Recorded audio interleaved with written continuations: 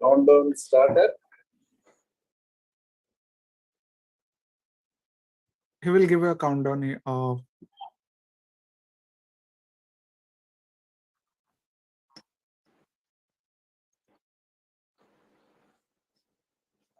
Good evening. Sir, please allow me 1 minute, sir. I think it's still not ready. Okay. I will welcome you, sir. Then you can go. President and Satisha both are wanting to go back to the dinner on the beach side. Yes, sir. Good evening, friends. Ladies and gentlemen, my dear colleagues and senior faculty members and younger colleagues on various throes of surgery. On behalf of the Indian Association of Gastrointestinal Endosurgeons, I warmly welcome all of you for yet another important edition of IAGS Prime Time. As you are all well aware, Prime Time is a program where we showcase the best of the talents across the globe on various important minimal access surgery topics. We have the honor of presenting to you the President of the Indian Association of Gastrointestinal Endoscopic Surgeons, Professor L.P. Thangavelu, sir, the most dynamic person who has lined up an array of programs, academics. Almost every week, IAGS is meeting at different parts of the country, and every fortnight, IAGS meets us through the prime time with the best of the talents. Can I have the honor of welcoming President Dr. L.P. Thangavelu to give his welcome address? Over to you, sir. Good evening, friends. I'm really honored to be here in this prime time. It is a very prestigious program of IAGS. Let me tell something about IAGS, Indian Association of Gastrointestinal Endosurgeons. Started way back in 1993 by Professor Udwadia and along with his colleagues. Now it has grown up with the strength of the Indian Association. IAGS life membership is more than 8,500. I'm very happy to share with you. And we are doing a lot of academic activities. The IAGS is one of the premier minimal access surgery association. Not only in India, internationally it is a reputed one. It is one of the members of IPSIS. About 13 countries are members of IPSIS. India is a major country playing major role in IPSIS. And our prestigious programs are fellowship programs. We give training to surgeons, young surgeons, and we conduct a rigorous training program for 4 days with live surgery, endotrainer session, and meet the professor session. We conduct a examination and award fellowship degrees in the annual national congress. We are conducting annual national congress every year in various cities, and it is very popular in India. We are also conducting midterm conferences also.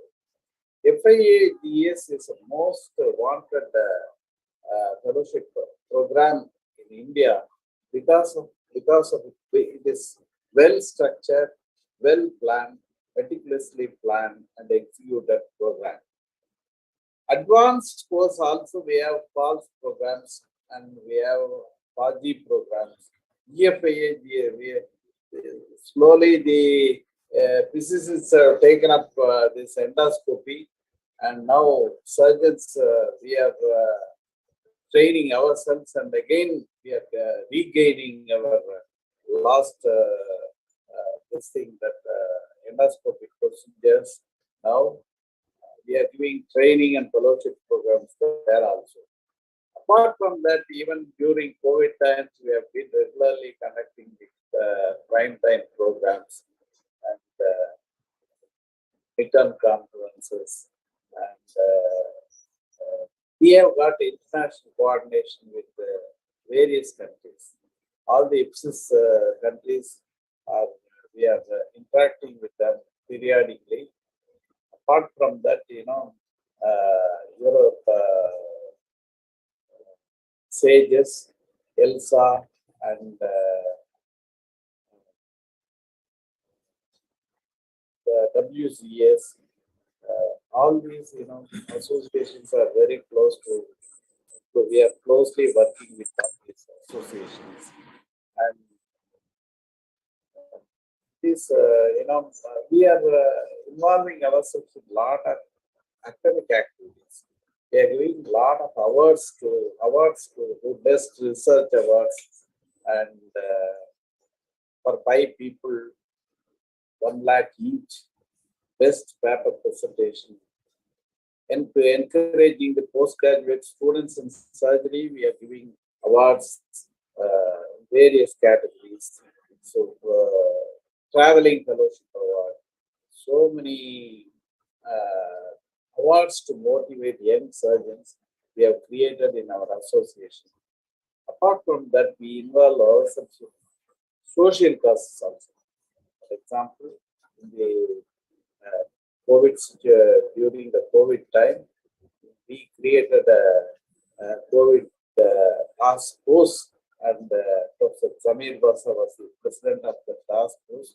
More than 40 lakhs rupees we donated from our association individually and collectively to governments, and we have been doing wonderful work to the society, affected people directly, and this is a small list. I just want to know. I want to give it to Dr. Ajit, our neighbor, close friend. With this, I welcome you all. And today is there is a banquet. The gala dinner is going on near the beach side, and we are sitting with you. We welcome you all, and we want to listen to you. Yes, sir. Thank you. Thank you, President. Now, thank you for those inspiring words. So, the President has been guiding us towards various tasks during the prime time and other programs. And the most important task he has asked us to do is to forge more relationship across various associations of the globe. Today, ladies and gentlemen, we have the honor of having the President of the European African Hepatobiliary Pancreatic Association, Professor Ajit Sriwardene. He is a professor of hepatobiliary surgery from Manchester. Ladies and gentlemen, may I have the honor of inviting Dr. Satish Mehta, the Secretary of the National IAGS, to give the citation for the invited speaker today. Dr. Satish Mehta, please. Before that, I just want to take 1 second. Yes, sir. Sir, I extend, welcome to you to attend our National Congress at Coimbatore, to be held in month of February, 2nd week. We will send you a separate invitation to you. We will have you in that conference. It is our honor. Thank you. Yes, Secretary, sir. Good evening, everybody. It's an honor to introduce stalwart of today, our guest speaker, Dr. Ajit Sriwardene. Dr. Ajit studied medicine at University of Manchester and was trained in general and hepatobiliary surgery in Manchester, Edinburgh, Richmond, USA, and with Professor Henry Bismuth in Paris. He moved to his current position as consultant surgeon at the Manchester Royal Infirmary in 1999 and was appointed professor of hepatobiliary surgery at the University of Manchester in 2008. In 2007, he received the prestigious Silver Scalpel Award as the best surgical trainer in the UK. His clinical practice in the hepatobiliary, pancreatic, and biliary oncological surgery with a clinical focus on liver and pancreas cancer surgery. He has research interest in pancreatic inflammatory disease and metastatic colorectal cancer. He is presently the president of European African Hepatobiliary Pancreatic Association. So it's my proud privilege to us to present to you Professor Ajit Srivardhane for today's presentation. Thank you very much. Thank you very much. Can you all hear me? Yeah. Yeah, okay. So thank you very much for this invitation to participate in IHS Primetime. I think it's a fantastic initiative. You know, India is such a large country, and you have taken on the responsibility of trying to promote surgical standards, surgical safety, good patient care. That's a fantastic initiative, and I wholeheartedly support that, both me as an individual and EAHPBA as an organization. And I'm looking forward to building that collaboration with you in the coming years. Before I start, I have to say a personal thank you to Professor LP Thangavelu for the opportunity to be here. Thank you very much, sir, for this opportunity to be here. And also to Satish Midha, that was a very eloquent introduction. And my new friend, Dr. Kanagavel, because we have worked together quite hard to make sure that this works. So without further ado, I'm going to move on to my topic. Let's see if I can share screen. Whoops. Screen, share. Yeah, okay. So hopefully, I think you can see my screen, yeah? Yeah, okay. So yes. I'm going to speak about the evidence-based management of cholecystectomy-associated biliary injury. There was a statement in the American College of Surgeons about 10 years ago, which said laparoscopic cholecystectomy is a nickel and dime operation, but a bile duct injury sustained during a lap chole is $1 million complication. So not only is it very expensive for the surgeon in terms of medical negligence costs in the USA, it's devastating for the patient, because I was speaking to the family of the woman whose bile duct injury I repaired a few months ago. And she was a young mother with 2 small children. She had gone into the hospital for what was going to be a day case operation, and unfortunately had sustained a very major bile duct injury. And it transforms your life. She has to have a laparotomy, drains, all this kind of business. So it's an important thing. Before I actually talk about the management, it's worthwhile spending a few slides on trying to avoid biliary injury at laparoscopic cholecystectomy. And I think what I usually say at this point is that if these few slides prevent even one surgeon from inadvertently damaging a bile duct, then it's been worth my while to share this time with you. So the keys to avoiding bile duct injury at laparoscopic cholecystectomy, this starts before the operation. And before the operation, what it starts with is anticipating those specific high-risk scenarios. So Tokyo grade 3 acute cholecystitis, in other words, a patient with a thick-walled gallbladder, organ dysfunction, and systemic illness. This is going to be a difficult operation for any surgeon. I still do acute on call, and I've faced these patients, and I think it generates anxiety. You think, well, this is going to be a difficult lap chole. So that's the hot gallbladder, thick-walled gallbladder in an ill patient. One thing to bear in mind in that situation is you could maybe do a percutaneous cholecystostomy to avoid the need for acute surgery. So that's one high-risk scenario. The other one, which we are seeing in the UK NHS, is patients with chronic cholecystitis, the older patient, typically an older woman with a small shrunken gallbladder. This can be a lethal situation. And the third scenario is people who are waiting a long time. So currently, because of COVID, that is a global problem, that people were listed to have their gallbladder done 2019, 2020, and they've waited a long time. So the first step there is to anticipate the high-risk scenario.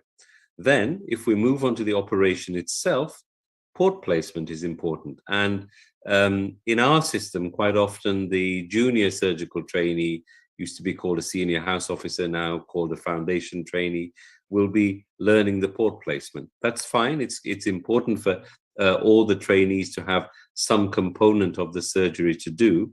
But I think it's important that they're still supervised, because the placement is important. I personally still use a standard 4-port method. I do have colleagues who use a 3-port system. So epigastric, umbilical, and then one to hold the gallbladder. You can do that way. I think that works in a thin patient with a relatively uninflamed gallbladder. It's much harder to get the traction to stretch out Callow's triangle with a 3-port method. So I use a 4-port method. The first port at the umbilicus or just above the umbilicus in a patient who may be overweight. I do an open cut down, so make an incision down to the umbilical raphe, a small incision with the knife in the raphe, and then use a forceps or a needle holder just to stretch that and get into the peritoneal cavity. So it's as far as possible an open cut down. The epigastric port placement is important. It shouldn't be too low, because if it's too low, then you're looking up towards Callow's triangle and it's difficult to get access to that area. So by that I mean, here we are. Here's the optimal port placement for an epigastric and an umbilical port. What you need to avoid is that's too low. So it's better to be higher. And then the other two need to be lateral, so that they're not in the way of the camera. So that's the port placement. Next step, and each of these steps in the procedure have important implications for avoiding bile duct injury. Grasp the gallbladder at the fundus, and the grasp should not be too low. So this is from a Stephen Strasbourg paper in HPB, and if you grab there, it's dangerous. The grab should be higher up. It's okay to be very high. So in this situation here, they're grabbing up there because you can't really see, because of the fibrosis, where to grab the gallbladder. Okay, and then the critical view of safety. This is a terminology which has been popularized by Professor Stephen Strasbourg. I think that is important. So we identify the cystic duct, we identify the cystic artery. It's worthwhile noticing that critical view is not always possible. So what do you do if the critical view of safety is not feasible? You can consider conversion. There is a sense in which surgeons are reluctant to convert because they see that it is somehow a failing, and it's not a failing compared to the consequence of a bile duct injury. There are alternatives that you can do short of conversion. So an open subtotal cholecystectomy is an option. It's important to remove the obstructing stone. You can laparoscopically oversew the cuff of the remnant gallbladder. Dr. Calangiogram was telling me before the talk that you are, in your course, you are teaching intracorporeal laparoscopic suturing. This is quite a good situation to practice intracorporeal laparoscopic suturing, because there's not many structures to damage. Usually it's a nice thick-walled cuff to approximate. It's always important to leave it drained, because there's a very high risk of biliary leak after that kind of subtotal cholecystectomy. It is an option also to abandon the procedure. That doesn't necessarily help the patient, but it's less harmful than damaging the bile duct. And depending on resources, can convert and leave a drain inside the gallbladder. So what about doing an intraoperative calangiogram? This used to be quite an issue. In our healthcare system, the trouble is time and money. So, we have to get radiology to come. They have to bring an image intensifier. It makes the operation longer. So if you're doing a list of lab choles, you lose one case. So there's some pressure currently in our system to not do routine intraoperative cholangiography. This is a very good paper. This is by David Flume and co from Australia. It was published in JAMA almost 20 years ago. Actually, it's the US Medicare system. taken the Australian one out.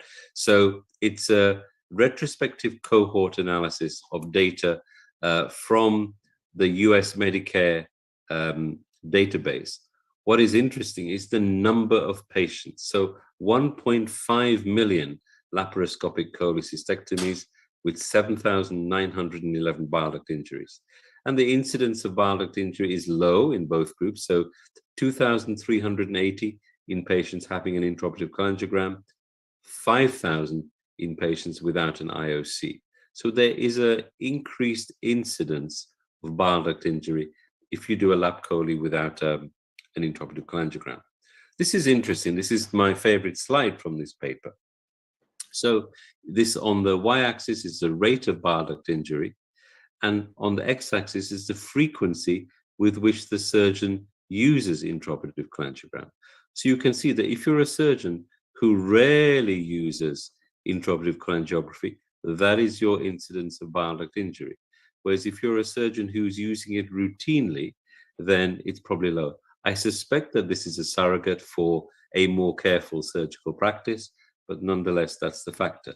So what do you do if you decide to abandon? You can back out, leave a drain, doesn't fix the sepsis or the gangrenous gallbladder. In a non-gangrenous gallbladder situation, the situation will improve by itself. If inflammation settles, you can reattempt in 6 to 8 weeks. These are patients in our healthcare system who are referred from small district hospitals to our HPB center. So the surgeon who did the first operation may be someone with less expertise, referred to someone with more expertise. I usually get a CT scan prior to embarking on surgery to know what is there. Is there a big abscess, etc., etc. What about conversion? So conversion, this is a statement from Sir Alfred Cuschieri. So he said, conversion is not a sign of weakness. It's not a sign of poor surgical skill. It's not a sign of lack of courage, lack of moral fiber, or all or any of the above. But it can be difficult to take the entire theatre team along with you. So there may be surgeons who say, look, let's carry on a little bit longer, a little bit longer, a little bit longer. So if we're going to convert, what about the principles of open conversion? So these are the blue circles are the sites of the laparoscopic ports. I generally say avoid joining the dots, because then the incision is too high. You end up with an incision which is right on the costal margin. So it's quite painful. So it's better to have a small separate incision. You can use some of the port sites for drain. If you have a fixed costal margin retractor, which we use for open liver surgery when we're doing that, that's useful to use. So an incision slightly lower, using some of that is probably the better way to do it. Now, conversion can be because of uncertain anatomy or because of bleeding. So if you're converting for bleeding, bleeding can be typically from two sources, either from Callow's triangle or the gallbladder fossa. Callow's triangle, the important structure to be careful of is injury to the right hepatic artery. And if the right hepatic artery is already cut, which does happen, I met one of those about a year ago. In my practice, I think unfortunately you have to accept that it's cut, and I did a transfixion suture of that. It wasn't me that did it. I went to help a surgical team elsewhere. They asked whether we could reconstruct it. And the difficulty with reconstructing a transected hepatic artery is that there's a little bit of tissue loss and there's a big gap to find the hepatic artery up in the liver hilus. So the reconstruction can theoretically be done. I think it's very difficult in that situation. The second area where you might have bleeding is from the gallbladder fossa. And typically this is due to an end branch of the middle hepatic vein. So if you're doing a liver resection, if you're doing right hepatectomy, you will know that the middle hepatic vein gives about 3 or 4 end branches, and they are very close to the gallbladder fossa. So if you get into the gallbladder fossa, you can quite easily hit an end branch of the middle hepatic vein, and it bleeds a lot. So, but it bleeds a lot, and it's much more scary than it really is, because typically it'll respond to pressure, a bit of Surgicel, maybe flow seal. You can put a single suture in, but the risk with a single suture into the gallbladder fossa in that situation is that it cuts out and makes the bleeding worse. So typically a bit of pressure and a bit of flow seal will stop that. This is a photo from the internet of middle hepatic vein injury at lap cholia. I put the picture in because that's a typical picture. You just see a load of blood and you can't see anything else. You're a little bit lost for what to do.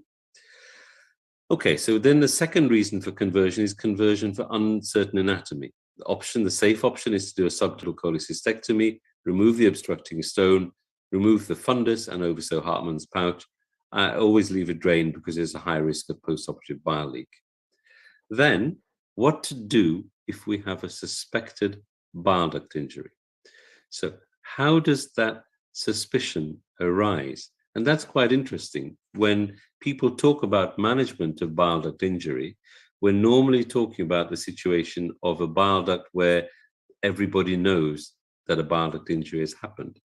But how do you know that a bile duct injury has happened? How does that awareness happen? How does the dawning knowledge occur? So the first thing that becomes obvious is you notice bile during the dissection. That's not a good sign. There shouldn't be, during laparoscopic cholecystectomy, if you grasp the gallbladder and make a hole in it, that's fine. Bile will come from there. But if you have not made a hole in the gallbladder during the dissection, you should not see bile. So if you see bile, that's a problem. And of course, the anatomy can remain unclear. So the key, and probably the most important thing of the talk that I'm going to say today, is to define the anatomy. It's okay to call for help. I don't think an intraoperative calangiogram is mandatory. It might help, but it doesn't always help. Calling for help is a good idea because I think by this situation, by this time, the surgeon who's started the operation has been going for a while, maybe a couple of hours, will be quite stressed. And I think bringing a fresh pair of hands, a fresh pair of eyes, if you can get someone who's slightly more emotionally detached from the situation, that's also useful. So how do we manage a bile duct injury recognized at operation? And these are slightly my views based on my experience over the last period of time at the Manchester Royal Infirmary. So I'm reluctant to convert a partial transection into a complete transection because there was an excellent paper by Northover and Tablanche published in the BJS in 1976, which showed that the blood supply to the bile duct went in the 3 o'clock and 9 o'clock vessels. If those two are intact, then there's a good chance that if there is a biliary injury, it will heal without stricture. Even if there is a stricture, even if you repair a bile duct injury primarily and there's a subsequent stricture, there's a reasonable possibility of endoscopic dilatation so that if you have to do a hepaticojejunostomy, it can be done several years later in a much more elective situation. It's difficult to do a hepaticojejunostomy on an undilated common bile duct, although occasionally you have to do that. So this is the paper about bile duct, the arterial supply to the bile duct. So if primary end-to-end repair is feasible, you can do that. I did that about a year ago for a patient I was called to see in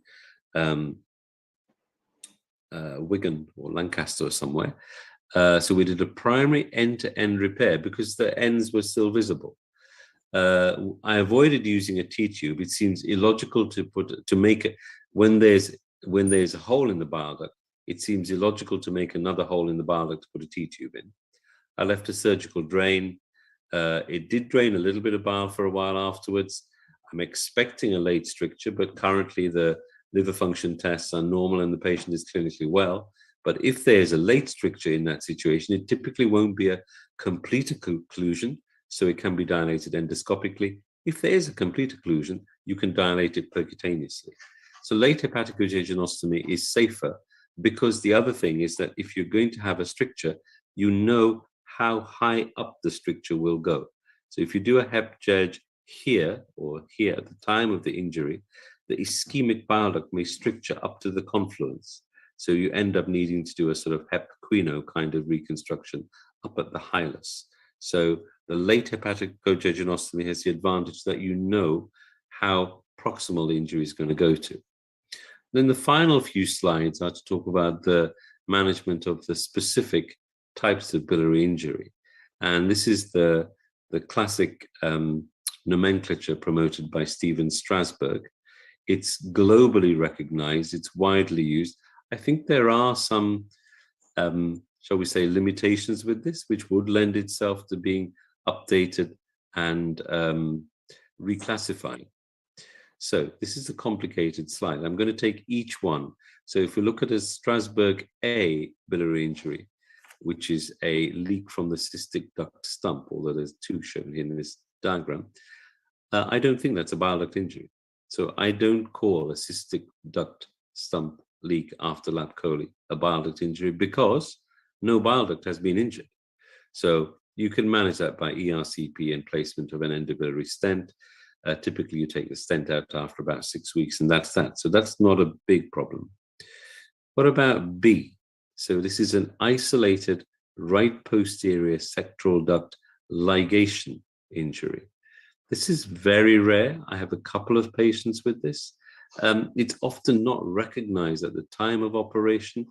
You can get some cholangitis in this obstructed system, but typically what happens is that the right posterior sector will atrophy. And there's no requirement for anything to be done. I follow those patients up long-term just to be sure that they don't run into biliary sepsis in the obstructed liver. So Strasbourg B rarely requires any surgical intervention. A C is a right posterior sectoral duct injury with a leak into the peritoneal cavity. So typically what happens is when a patient has a bile leak after lap chole, we'll do an ERCP. The ERCP will say, oh, we can't see a leak. They put a stent to do a sphincterotomy, put a stent in anyway. But then if there's a disconnected duct, it'll continue leaking after the ERCP and the stent. So nowadays we do an MRCP. The MRCP might show us this injury. It also typically rarely requires any surgery. I've never had to operate in that situation. It always dries up. What about D? So on this diagram, D is shown, whoops, there. Sorry about that, I've lost my full screen. Okay, there. On this diagram, D is shown as a cut into the left side of the common hepatic duct. Much more common is an incision into the right side of the common hepatic duct. So that situation, this was similar to the one that I described recently. I would do a primary suture of that. I don't think it needs a hepaticojejunostomy. You have to look for late stricture. What about Strasbourg E? So these are injuries at the confluence, and this is why I think the nomenclature is too complicated, because these are E1 to E5, they're all strictures at the confluence, and they all manage in the same way. So I think this could be simplified. This is a patient of mine who had a Strasbourg E5 injury with a really high stricture. You can see one of the signs that there has been some misadventure during the laparoscopic cholecystectomy is the number of clips. So if you look at that, 1, 2, 3, 4, 5, 6, 7 or 8 Liger clips. If there are a lot of Liger clips, it's an indicator that something has maybe gone wrong. That was actually an E3 injury. And how do I fix that? So if I'm fixing this electively, right subcostal incision, typically the duodenum and colon will be firmly plastered to the undersurface of the liver. So you have to spend some time taking those organs down. Be careful not to get a duodenal injury. Landmarks in the liver. So the falciform ligament is always a very constant human landmark to segment 4. Segment 4 at its base has a promontory. That is you can follow that down, see where the bile duct is, because there may be no visible bile duct outside the liver. So we trace that down to the hilar plate. And the first things I'm looking for, the hepatic artery and the portal vein, because it's a tragedy if you're going to go and repair a biliary stricture if you damage those. So hepatic artery is usually quite easy to identify.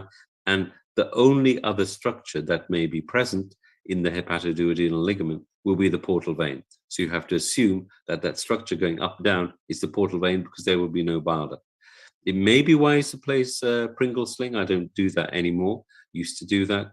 So if there's bile duct outside the liver, maybe a 5 ml syringe with an orange needle, aspirate to get bile. Lovely if you get it, not always easy. Once the duct is opened, identified, then I open it transversely because the left hepatic duct has a long extrahepatic course. The right hepatic duct almost never has a long extrahepatic course. The right hepatic duct divides very quickly into right anterior, right posterior sectoral ducts. So there we are. So open up to the falciform, and then reconstruction with a roux loop. It's called the Hep Quino method because it was popularized by them. I think the length of the roux loop, it used to be said it had to be 60 centimeters to avoid bile reflux. I think that's immaterial. I think a reasonable roux loop is fine.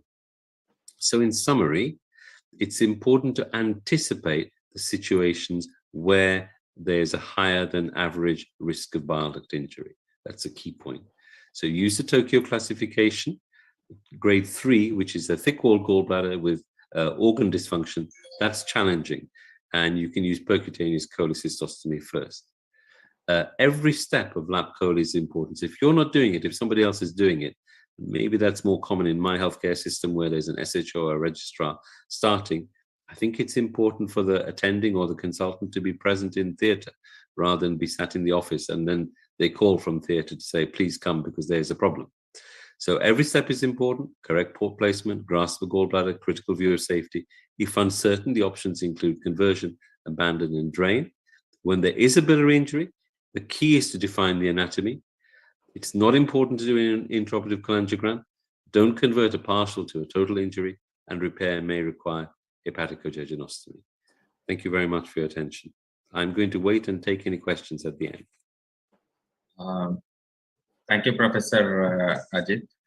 It was indeed a very wide exposition of all the current evidences condensed to a single 20-minute talk. So I would request you to stay with us for more questions and be part of the panel which we are going to have. In the meantime, there are a couple of quick questions which I would like to ask, which has come in the platform. One doctor by name Dr. G.C. Gupta has asked, on-table stent found in the cystic duct going into the gallbladder post-ERCP. If during laparoscopic cholecystectomy, stent is found in the cystic duct going into the gallbladder, how do we handle that? That's a good question. Thank you for that question. So that I'm anticipating then that the patient has had a prior ERCP, they put a stent in and the stent has gone into the cystic duct. So there are two options. I think if you have made the opening into the cystic duct a little bit away from the common bile duct, you could take the stent out. So because it's hard to close if you close with a Liga clip or a Hemolock, the cystic duct, and you close it on the stent, then you fix the stent in place. So don't do that.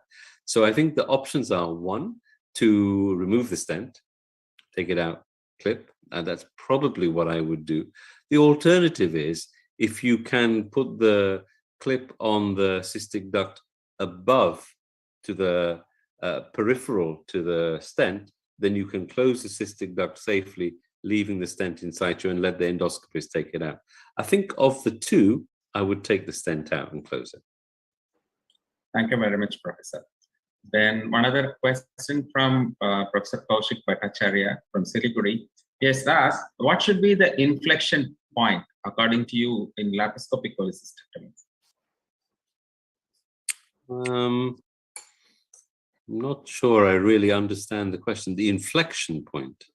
Probably he means to say conversion. I'm also unsure about it. So let us leave it as such, and I hope he finds the answer with the panel discussion. Madam Aparna, are you with us? Ladies and gentlemen, now we move on to the next important expert panel discussion. We have requested Professor Ajit Srivardhane to stay with us. I'm indeed honored to invite Professor Aparna Deshpande ma'am. She is Professor of Surgery from KM Hospital and St. US Medical College, Mumbai. And we have the honor of having the expert panelist, Professor A. Samir Basha from Trichurapalli, trustee and the past president of the IAGS. And he is the chairman of the Shah Nawaz Hospital, and is one of the very early proponents of laparoscopic cholecystectomy in South India. And he is an avid teacher, and he has multifaceted interest in social work as well. Next, good singer also. Good singer also. We have the honor of having Professor Achal Gupta. Professor Achal Gupta is head of the Department of General Surgery at the Government Medical College, Gwalior. We have the honor of having the most eminent surgical gastroenterologist from Jaipur, SDM Hospital, who is the first surgical gastroenterologist for the state of Rajasthan, and who has been instrumental in creating the hepatobiliary surgery and transplantation unit in Jaipur. And he also serves as the executive committee member of the IAGS, Professor Rajesh Bhojwani. Welcome, sir. So I would request, with the permission of the president, Professor Aparna Deshpande, maybe you can start sharing. We have the honor of having Professor Chetan Kantaria, surgical gastroenterologist of national eminence. He is professor and head of the Department of Surgical Gastroenterology at the KEM Hospital, St. US Medical College, Mumbai. So we have two eminent leaders going to moderate the panel. The first panel will be the common issues. Few of them already been addressed, but Professor Aparna Deshpande have a good case compilation. So more questions can be answered for the benefit of the participants. And let us look at the expertise of all the senior faculty here to understand and swim out safely if we have faced a non-table injury.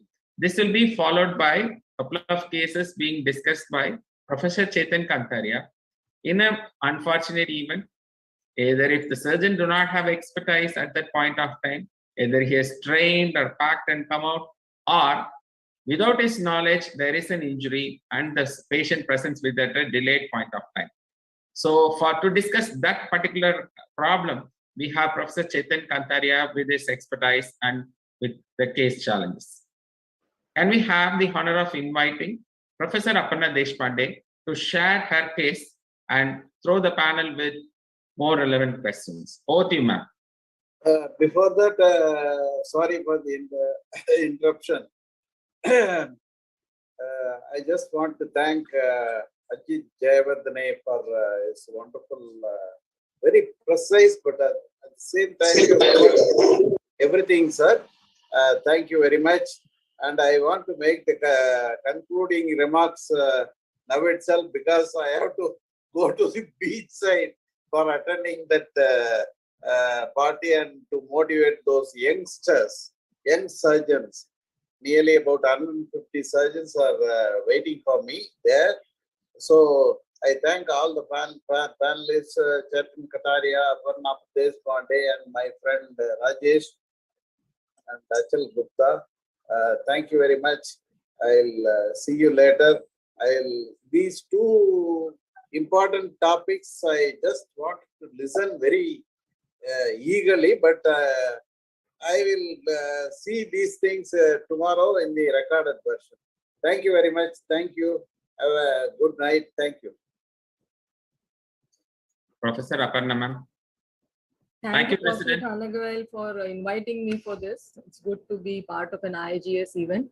Can I share my screen now? You're welcome to do that, ma'am. Yes. Yeah.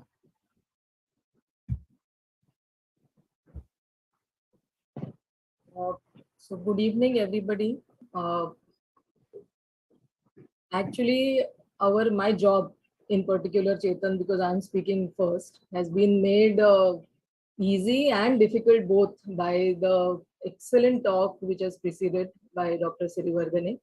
And he has given us a complete overview of what are the different problems of injuries during surgery for cholecystectomy. So Dr. Kanagavel has asked me to focus on certain cases where there is an intraoperative detection of biliary injury while doing a cholecystectomy. And I'm really happy to have a wonderful panel with Dr. Zamir Pasha, Dr. Rajesh, and Dr. Achal. So we will proceed. May I ask the Dr. Rajesh to tell us a little bit about the causes of iatrogenic bile duct injuries? So what are the reasons why bile duct injuries occur? Okay, A that's little bit about the visual misperceptions and stuff like that. yeah. Well, to list a few, and the common ones would include perhaps misidentification of biliary anatomy, as you have already pointed it out. The other thing could be, this misperception of biliary structures does occur in short contracted gallbladders, elderly patients, as has already been pointed out by Professor Srivardhane. I would like to point out one important thing, which perhaps is not mentioned in textbooks. It makes a difference if you have a good camera system. So resolution of the camera system perhaps makes a big difference, and this is something which is not mentioned in the textbook. Thirdly, if you somehow happen to create some bleeding, maybe through the cystic artery stump or something, it is always good to wait for some time, stop that bleeding, maybe with the help of a gauze piece, and do not panic or try to create more complications, but just by trying to control that bleed with cauterization, and which might lead to some iatrogenic injuries. And of course, if you have some acute cholecystitis with perforations, miridzy, etc., it does predispose to an Yeah, so I think very rarely we see a picture like this. Yeah. And I think there is a lot. And may I interrupt? Despite all these factors which we have listed, I very strongly feel that it is perhaps some simple gallbladders wherein there is some kind of misconception, misidentification, overconfidence, which might lead to some iatrogenic injuries. Absolutely. I am very happy that you brought that point out, because whenever anybody says, oh, it's a simple gallbladder and I'll finish it in 15 minutes, that is, I think, the first step towards getting into a problem. Touch wood, it shouldn't happen. But an overconfidence with a gallbladder, which is apparently very simple, can lead to misidentification of the structures very easily. And sometimes we can have caterpillar humps like this, a very tortuous right hepatic artery. And if you're in a great rush thinking that probably you can finish this surgery quickly, you will end up damaging the artery and causing the profuse bleed, the exact scenario that you mentioned. That a simple case will turn into a messy problem with probably blindly clipping somewhere and landing us up in injuries. And of course, you talked about the issue of chronic acute cholecystitis, which is I feel sometimes that we are more careful while operating acute cholecystitis because we know that you're likely to be in a problem, and we are a little more careful there.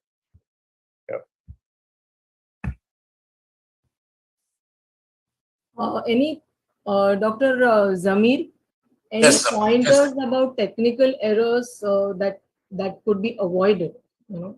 Simple issues in technique which can avoid unwanted biliary injury. Absolutely. Dr. Ajit had enumerated all of them during his talk, right from port placement on to visualization of the gallbladder, the cephalad push and the caudal push, wherein you completely put the entire callus triangle in perspective. Because if not done properly, this becomes totally error where there is absolutely no yen. And you have to be very, very careful not to use more of any of the electrical energy at this point. Use only the blunt dissectors use the Maryland dissectors or the hook, whichever you are used to, you are trained to, and do it very diligently, patiently, so that you are no hurry at all. And as you said, there is nothing called a simple gallbladder. There is nothing called a very complicated gallbladder. In complicated bladder, as you said, Aparna, we are very, very cautious. We go very slowly. But in a very clean green gallbladder, we tend to go fast, and that is where speed kills. Speed thrills, but speed kills. And that is the way where you end up getting on to bleed, or sometimes you look into yellow fluid coming out, and then you panic. That is the time you should stop and be able to do everything. And as he was also saying about the intracorporeal suturing and knotting that IAGS promotes, and if you have mastered the art of intracorporeal suturing, you have mastered the art of laparoscopy. You can repair any rent or dent very easily. Yes, absolutely. And I think I was very happy to note the insistence on lateral traction and proper fundal traction and opening up of the critical view of safety, because that is something when you watch videos of people having had problems, you generally see that those steps have not been followed. Dr. Achal, can you just briefly mention, I think this was very well covered by Dr. Ajit, but which are the common classifications for biliary injuries? Yeah, thank you, Dr. Aparna. I would just like to say that initially we were following a Bismuth classification for bile duct injuries, which is more for actually open cholecystectomies. Now we got the Strasbourg classification, which normally follow. The Lau is there, the Atom is there, and the McMahon classification is there. But the Strasbourg is the one which is commonly followed, as very nicely displayed by Dr. Ajit in his previous talk. Yes, but there is a classification of A, B, C, D, E, and E is from 1 to 5. So that all is depicted in these pictures which we are showing. Should I elaborate on this in detail? Because already been shown. I think you went over it very well. So yeah. that part and go to the cases. I am just making this background so that for a better understanding of what is the planning for an intraoperative. And Aparna, here may interrupt just on this point. There are two Yes. Strasbourgs here. One is the critical view of Strasbourg, which is the place, the European Institute of Telesurgery. And this Strasbourg is a Dr. Strasbourg who has done this classification. Yes. Two Strasbourgs here. Yeah. And I think here, when we are going to be talking about intraoperative problems, mostly I don't think we are going to be talking about the type A, probably also type B. We are not going to know in the immediate intraoperative period. So let us go to the first case. This is a 35-year-old patient undergoing laparoscopic cholecystectomy. The cases are all that have been managed by me, but the videos have been borrowed. So this is a disclaimer. So it's very rare to get a video where you are having a injury being recorded. So these are videos which are absolutely not for the cases. So this is a 33-year-old female patient undergoing laparoscopic cholecystectomy, and while doing the dissection, you can see a lot of pool of blood in the background, and a big structure has been clipped, ligated. Another structure is clipped, and now at this point, somewhere the surgeon has realized that there is a problem when a third and a fourth structure came ahead. I'm not going to show the full video because it can be disturbing, let me tell you. So at this point, the surgeon has realized that there is a problem, and this is a secondary level hospital, so it's not a tertiary level or a very well resourced hospital. It's an elective surgery. The patient is fit otherwise, and the surgeon has realized that there is a problem. So, Dr. Rajesh, what should be the next steps? Madam, Professor Ajit is also available for your questions. Oh, he's going to participate in the Let this question go to Dr. Rajesh. Sure. Rajesh has got a very favorite video. It's been repeated infinite number of times in our conferences. Okay. Deshpande, I'm here also. Am I supposed to answer? Yeah, please. I'll Just- the next one. After Sorry, Rajesh. Please go ahead. Rajesh, please. Yeah. All right. So because this is a secondary level hospital, it will in a country like India, it will not be certain if you have the expertise of an HPB surgeon or an experienced senior surgeon who can handle these injuries. Obviously, if there is no further expertise available, and if the surgeon himself is not kind of able to handle this further, the best would be to put in a drain, come out and tell the family that this has happened and you need to go somewhere else. If the help is available nearby, maybe you can call help from the adjacent department in an institution, in institutional situation, who can come and sort out the problem. But I would suggest if the surgeon himself and the institution is not confident and able enough, it's better not to intervene further on the table, open it up, try to do something, because the kind of injury it was, it appears that it was a complete transaction. Perhaps. Yeah. Yes. So the call for help was there, which I think it has to be a very clear learning that is the first thing one should do at whatever level of expertise you may have. If you suspect that you are in a problem, as Dr. Ajit said, that you need somebody who is not associated with your case from before, and you may get a much better perspective on this. So the plan was, so I was called in at this point, and looking at the resources available, the plan was just to place a temporizing drain, as you said, under local anesthesia, and just shift the patient to a better place. But on expiratory laparotomy, there was a complete transaction found, as you very rightly said, without much tissue loss, because there were the second clips weren't applied, so there wasn't any tissue loss. There was a transaction. And the rest of the gallbladder was okay because there was no acute inflammation. So what would it be your plan, Dr. Ajit? What would be the options at this point? You have a person who has an expertise in doing a particular procedure, but the setup is such that it does not support any, major procedure. Yeah, thank you. So I think I followed that. I think the difference between the UK and India is the vast scale of India. So in the UK, in that situation, if somebody has that injury in a small district hospital, they quite commonly call us, and I usually say, let me come to you. So rather than so that is one option, is to take the surgeon to the place where the injury has happened. I usually take a little team, one assistant, maybe some needle holders, that kind of stuff, in case they don't have that. So that is an option in our country. It's not there, obviously, if you have a huge question of scale. The thing to put a drain and transfer is plan B. Obviously, the other thing is that sometimes the injury is not recognized immediately, and the patient becomes unwell. They have an ultrasound, it shows a collection, they put a drain in, and then there's bile coming. So the injury is not recognized to about 24, 48 hours afterwards. So in that situation, we're already in a transfer situation. So that's the first thing.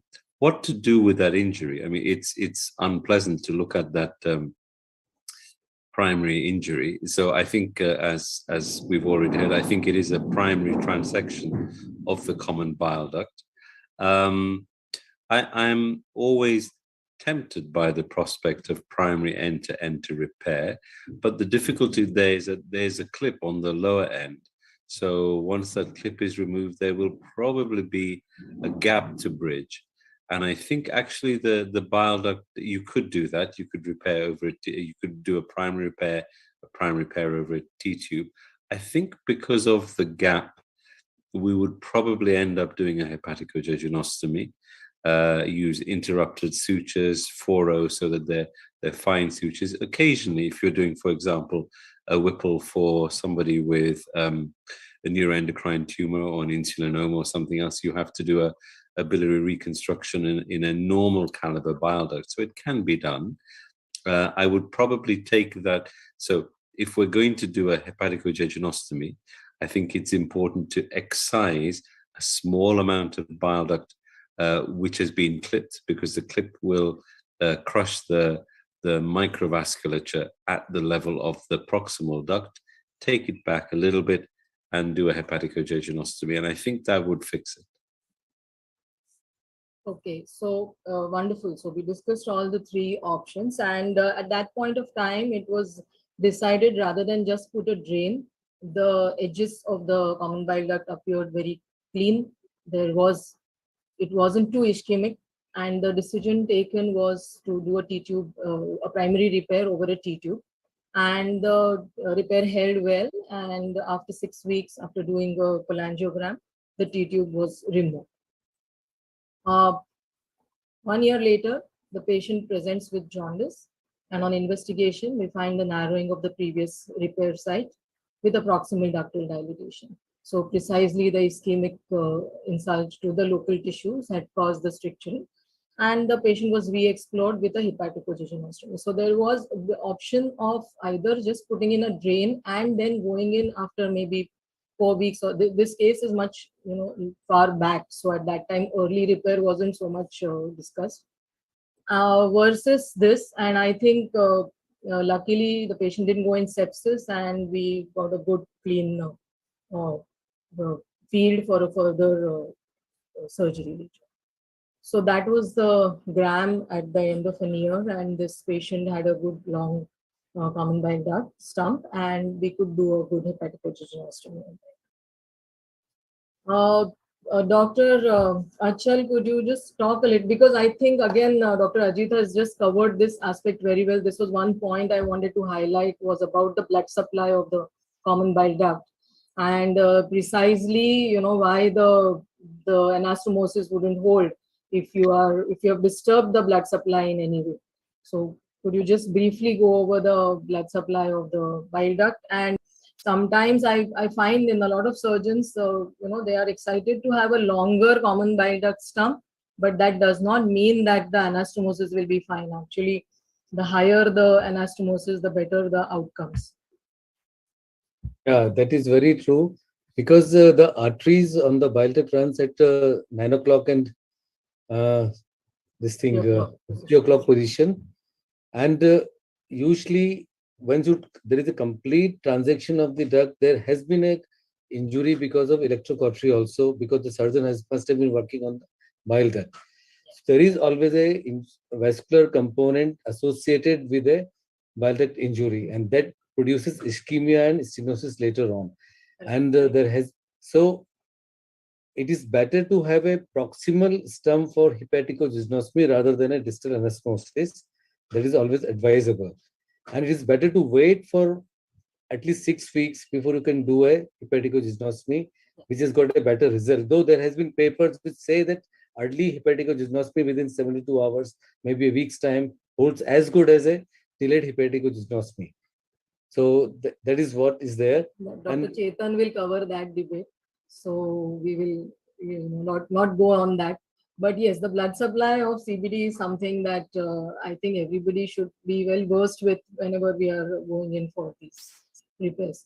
So the second case was a very similar 77-year-old male patient with an elective open cholecystectomy, which is very unusual in these days and times. But again, there are certain economic constraints where some patients still go for open cholecystectomy. And again, intraoperative suspicion of a misstep by the surgeon, at which time there has been a call for help. And in this patient, the difference here was that there was a distinct loss of the length of common bile duct. So I think, Dr. Rajesh, this is a good hospital with a good infrastructure, appropriate setup. Patient's abdomen is already open. So would you agree with going ahead with a hepaticojejunostomy on table? Yeah, because I would agree with going ahead with a hepaticojejunostomy on table, because this is the patient which has just been opened up. There has been no sepsis, there's not been much of spillage, and the tissues are good and fresh. And therefore, undilated systems may not pose problems for expert HPB surgeons who do it routinely. I mean, so many HPB surgeons keep doing it for malignancies, for transplants. So on the table, or I would say within 24 hours, doing a hepaticojejunostomy is not a problem. Problem comes when the patient has been operated somewhere else and has been transferred somewhere else. And in a country like India, it always takes at least about 1 to 3 days for the patient to land up in a different situation, in a different setup. Absolutely. But here we are just talking of the intraoperatively detected injuries. Here I would like to go ahead with the hepaticojejunostomy. And if you may allow, I would also like to add a point to what Dr. Achal has already mentioned. It is important to note that the blood vessels run at 3 o'clock and 9 o'clock, But we must also remember that the cadaveric studies have shown long back, 40 years back, that 70% of the blood supply comes from below and 30% comes from the hilar plexus from above, which is contributed from both the sides, the right hepatic artery, the left and the middle. And therefore, whatever we may do, finally, the ischemic zone falls somewhere near the upper hilum, near the hilum. And therefore, most of these strictures probably land up in what we call type 3. It is because it is not primarily because of the clip or other things. It is primarily because where is that gray zone where the ischemia finally settles and the persistent viable ducts remain. And that's usually around the hilum. And therefore, we tend to wait and later. So again, the factors may I yes, Representative. About 30 long years ago, I had the same condition wherein I was called in by a senior surgeon to look into a patient who has undergone an open cholecystectomy, and he has not kept a drain. It was fully bloated. I had to drain about 8 liters of bile on the 8th day following post-cholecystectomy. And I found the distal CBD was totally atretic because it was just gone down. And I had no other go but to take it all the way up to the porta hepatis and keep the loop there. And she became all right by God's grace. And she came to me 3 years later for incisional hernia. That's my case point. Yeah, thank you. Another point of Dr. Aparna, one more thing I would like to say. The hospital is appropriate, setup is there, but you have to call a expert hepatobiliary surgeon to do hepaticogynoscopy. So that is the primary surgeon point. should not be doing this Yes, thing. absolutely. This is very important. So the person with expertise in the procedure was called in, and the whole thought process is that the patient already has an open abdomen, so there is no conversion also right now here required, and the patient is undergoing an elective procedure, so the tissues otherwise are good, as Dr. Rajesh mentioned, and therefore the decision was for a hepaticogynostomy, and this has held well. This is about 4 years down the line, and there is no stricturing, and the patient continues to do well. So let's move to the third case now. This is a setup, again, very unique to Mumbai or India, Dr. Ajit. Somebody is operating at 10 o'clock at night, and I am not, I'm not making this up. So at 10 o'clock in the night, and there is severe acute cholecystitis, obviously an emergency, but the patient surgeon has got the table so late. It is a small nursing home in a Mumbai suburb. And after clipping, what he claimed was thought to be a cystic duct, something very similar to the last cases. Further dissection revealed another structure, and on partially nicking that, there was nice yellow bile coming. A very, very experienced surgeon. So definitely the moment he saw, she saw the bile coming into the field, so there was a realization that there is a problem. So at that point, the person has stopped. There is acute cholecystitis. The gallbladder is terribly inflamed. And the question is, what next? So again, as I said, the very similar problems of clipping the common bile duct below. And then as you go up, there has been a nick here, not a complete clip. But as soon as the bile has come, the surgeon has realized that there is a problem. And thankfully, there is no vascular injury. So thankfully, there is no associated problem of biliary and vascular injury. And so what should be the plan now in this patient? Would you plan an immediate exploratory laparoscopy? Now at this point, he has called in help. Another expert is there. This is a picture on the monitor of the system. And it is clear that the common hepatic is transected partially and bile is leaking in the feet. So we actually also have the practice now over the last maybe 10, 15 years of the small nursing home style private operating facility. Maybe it's happening everywhere in the world. And the lady I described with the bile duct injury, the last case that I fixed was from such a setting. And people look to that because they're waiting such a long time for surgery in the government sector. So I think in this case, I think there is a chance to think about doing a calangiogram first. I know that the picture that you showed has looks like a complete transection, but I suppose he's clipped and cut the cystic duct. He's seen bile coming from another structure. Maybe a calangiogram would help to define the anatomy, and it might give a chance for intracorporeal suture if it's not a big injury. It depends on how much of the duct is damaged. The things that give you the chance for intracorporeal repair is if the duct is not fully transected and if it's broad enough that you don't narrow it with a suture.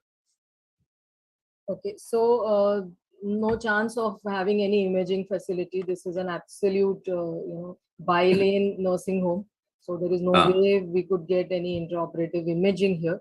There is no possibility of doing a formal repair. There is just no infrastructure available. You just have the system and that's it. Okay. However, the image on the screen was quite clear, and the decision taken was to complete the cholecystectomy, drain the subhepatic area well, avoid a laparotomy at this point. In fact, a tube was also put into the hepatic duct. It didn't stay, but an infant feeding tube was put into the hepatic duct, drained out. A large bore drain was put in the subhepatic area. The surgery was completed at that point of time. And with this proper drainage, the patient was transferred next day to a tertiary care center. So that in that manner, a laparotomy was avoided. The patient was hemodynamically stable otherwise, and a young patient. So the only concern was a thorough drainage, and that could be established. Over the next 16 hours, there was no change in hemodynamics, so there was no sepsis setting in or anything, by which time the patient could be transferred. And then, of course, in the tertiary referral, the rest of the story was completed. A PTBD was instituted, very thin bile ducts, non-dilated. And in this patient, again, after about 6 weeks, hepatic podocytogenostomy was done in undilated system because there was no scope for the system to dilate. And because of the infant feeding tube, actually, it was like a guide almost to the hilum. And the detection of the bile ducts was very easy. Yeah, Dr. Rajesh. Yeah, so I'm not sure if the infant feeding tube was required for two reasons. If the surgeon was actually confident enough that it was just a side rent in the common hepatic duct or the common bile duct or the right hepatic duct, I would have ensured a good drainage and kept the patient tomorrow for ERCP, and the stent through ERCP would have gone through the rent, and that would have served the purpose much better without any stricture. And I'm not sure if why the stricture came in, because if it was just a small rent in the side wall, it is very rare to form a stricture. No. There is no stricture because this was again, it's a partial transection of the CHD, which was then just dissected all around, and the rest of the gallbladder was taken away. So this was a leaking, CHD. There was no stricture. Then I think if it was the leaking CHD, which is in the drain, and it is then being maybe drained out. if it was a senior surgeon, he could have probably shifted to another center. And it all depends on the resources and the facilities. But then, if he was sure about it, then the hepatogenostomy could have been done within 24 hours. Yeah. So again, that's something that I think Dr. Chetan will be discussing. So I'm not going there. But the whole focus is that the situation in which the patient is would determine, what we can offer to the patient. And I think the ACTM classification, which essentially looks at the location mechanism, and then whether the biliary continuity is there or not. All these, as you said, will play a significant role, whether you would plan an ERCP or you would plan a PTBD. It will all depend upon what is the continuity. About 30% of BDIs are detected during the initial surgery. So largely, they are probably later. And Dr. Achal, any teaching points of what to be done for intraoperatively diagnosed injuries? I think thorough drainage is what we are always. Oh, yeah. If you're working in a small place, just drain and come out. Do not even open the abdomen. Just drain, put large bore drains, call for help and come out, and refer the patient as early as possible, because studies have shown if you refer patient late, then it calls for a stricture later on, even with the good hepatic endoscopy. Early Yeah, I think referral that's is an better. excellent point. That don't even have to open unless there is a hemorrhage, unless there is some other problem. Just to confirm the diagnosis of a biliary injury, there is no need to perform a laparotomy at that point of time. I think that is an important thing. That or then you'll end up with strictures and then redo hepatic ostomies and stuff. So I think Zamir sir, Yes, critical sir. view of safety, I would like you to talk to us a little bit about that, because that is something, if you see any video with a problem. Absolutely. And adhere to the critical view of safety is absolutely imperative that everyone identifies and shows it to his assistants also, the two structures, and get it printed. Not only that, as I go down, I now believe more in going around entirely skeletonization of the entire cystic duct. And when I do that, I also make it a point to do a suturing at that time and knotting at that time. This knot, I take it and do it because I always believe that a circumferential compression by a knot is much more safer than a tangential compression of a clip, wherein it damages the duct very, very severely. And one young techie, a single mother, and I had to go in for an elective lap chole. And like this, I was trying to skeletonize the cystic duct, and I make sure that there is a tubular structure above and a tubular structure below, a common bile duct below and a CHD above. But to my dismay, I found that there is no common hepatic duct at all. And this is the time when all our young surgeons should have what the mind does not know, the eyes do not see, the biliary anatomy, wherein if there is no common hepatic duct, think that there is only one common duct of Flushka, which is draining right into the gallbladder. And this is the time I followed Ajit's advice as to abandon, bail out. I came out and then did an MRCP and found out that there is only a duct of Flushka. And it's also, I made sure that I told her anyone hereafter tells you in your lifetime to undergo lab chole, please don't agree and quote my name. That is what I did. Yeah. Thank you. Dr. Achal, would you like to talk about intraoperative imaging in our setups? Now, one more thing about CVS I would like to highlight. There is a term called as pseudo CVS, because when you're doing a cholecystectomy, doing excessive traction, you just slip the bile duct and you make a window between the bile duct and the portal when you think you have done a CVS, but it is not there. It's a pseudo CVS, and then you clip the bile duct. So that is a very important point. And about intraop imaging, Dr. Ajit has already talked about intraop calangiogram. There is still a controversy. I think in India, most of us are not doing a routine intraoperative calangiogram. It's cumbersome, it's time consuming, there is a long list there. So all these points are there. But now we have got ICG and intraop ultrasound also. If the expertise is available, a good system is available, good optical system with a ICG facility is a boon actually. When you inject the dye, you see the biliary system, it helps you a lot. So now a lot of centers are having ICG, which actually replaces calangiogram, I think, in near future. And a good ultrasonologist, any of these strategies of intraoperative imaging will only help if you're doing them day in and day out. So for every patient, if you're doing them, then you are being helped. Otherwise, you may not actually get the proper results out of that. So yeah, I mean, centers like us, poor centers, we still don't have ICG. We go by what we see on the screens. But you are right. I mean, we are having technological support, and that can help us prevent injuries. That will be definitely good. And what you talked about the pseudo CVS. So I think the third component of the critical view of safety of lifting 1/3 of the GB off from the fossa, which I find very few surgeons completing.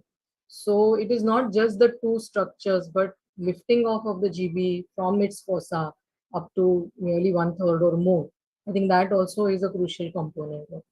And also the identification of Fournier's sulcus and leaving alone the cystic node, which belongs to the patient, not to you. Not to, absolutely. Dr. Rajesh, anything about the timing of acute cholecystitis? Again, a very peculiar problem in our setup. No, we tend to operate early in acute cystitis, which would mean now the timing may not have a proper definition. It will differ in different opinions, but within about 5 days, 3 to 5 days, 6 days, I think it is safer. Any specific criteria where you would avoid surgical intervention? in acute cholecystitis. In the setting of acute cholecystitis, if the patient is not fit enough for anesthesia, then in those cases, we would probably do a percutaneous cholecystostomy and wait. Okay. Dr. Ajit, would you like to add anything? Because I am very happy that you mentioned very vehemently that this prevention and awareness that you are probably going to have a problematic patient. That is the most important thing for any surgeon to. No, actually, I agree with everything that the panel has said. I think also in the UK, we are doing intraoperative cholangiography much less frequently because exactly for the reason that Dr. Gupta said, because it takes time. You know, people have to come. You have to actually make a bigger cut into the cystic duct. So we're not doing that. I think ICG, as you said, would be a useful thing. We don't have ICG routinely, so I think if you have it, you have to use it routinely. So we don't do that. But and for timing, I think, as you said, you can do acute surgery in acute cholecystitis. Issue for us is getting theatre time. You know, you can say theoretically we want to do it in this day, that day, but people see on the emergency surgery list patient waiting for lap chole, and it's always pushed back. You know, there's laparotomy, there's some kidney transplant, there's something else. So it's difficult to get access to emergency theatre. Same problem, same problems. Madam, I think we have one more session to go. So Just Kalangiogram, one thing also against I was very frequently is the traffic jam that happens in the OT. You need to push in the entire C-arm inside and take it out. The technician who comes in and then brings it out. That takes a lot of your time. That's why, not for anything else. Yes. Yeah, absolutely. So I think we all need to have a excellent biliary continuity in case we'll end up in problem. That is the only thing that we would like to add. And I am really thankful to the entire panel for such wonderful discussion. And thank you to Dr. Thangavelu for giving me this opportunity. Thank you, everyone. Well conducted, Professor Aparna. It was very well. Thank you, Dr. Thank you, madam. In fact, a few of the questions coming in the panel are getting answered by the way the discussion is going. So I'm not going to take questions at this point of time. Let us welcome Dr. Chetan for the delayed presentation management issues revolving the cholecystectomy associated bile duct injuries. Madam Aparna, I request you to stay with us to be part of this discussion as well. Dr. Chetan, kindly share your PowerPoint and take over, sir. Welcome to the IHS Prime Time this evening. Dr. Chetan, we are unable to hear you, sir. Maybe I would request you to remove your microphone or change the settings. Yes. Can you hear me now? Yeah. Perfectly well, loud and clear. Okay. So good evening, everybody. And thank you, Dr. Kanagnavel, for inviting me and to be a part of this program. So let me share the screen.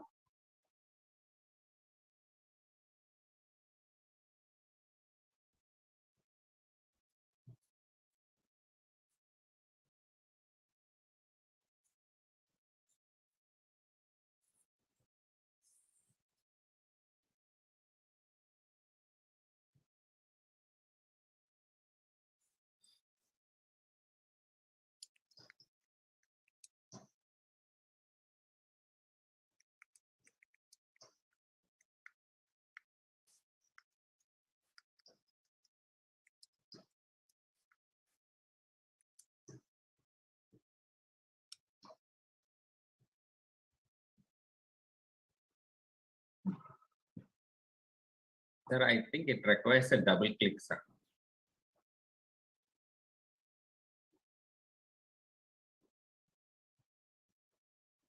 Can you see it now? We are unable to see the PPT, sir. We are seeing your the hard drive information. Okay, about okay.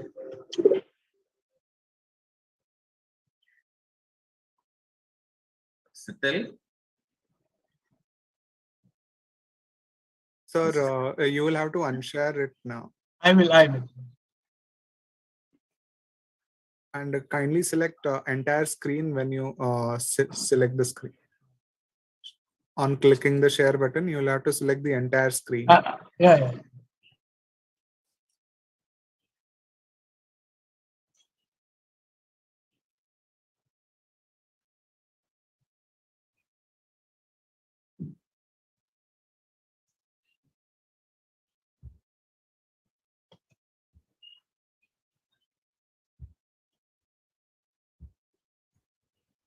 Not reading the USB. Are you able to see it now?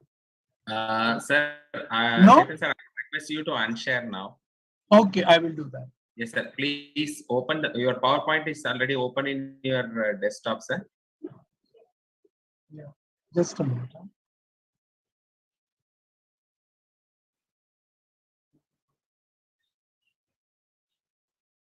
Sure. Yeah, kindly open it now.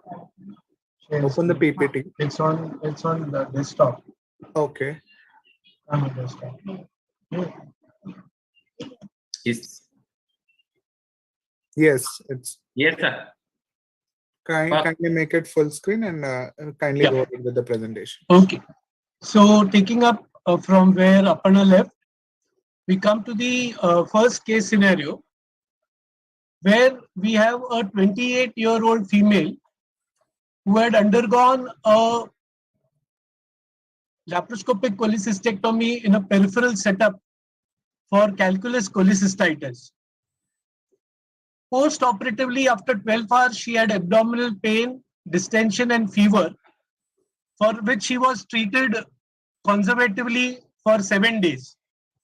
She had a drain in place which was draining bile, and the operating surgeon, in the hope that it would stop, kept her for 7 days before referring the patient to the other center. So when she presented to us, she was hemodynamically not very stable. She had a tachycardia, BP was normal. She had icterus, though there was no pallor cyanosis, and the drainage tube was draining frank bile. So at this point of time, I would like... Sorry to disturb you. Slides moving, sir. Slides are not moving? Not No. moving. Chetan, go to slide show. Make it F5, sir. Press F5.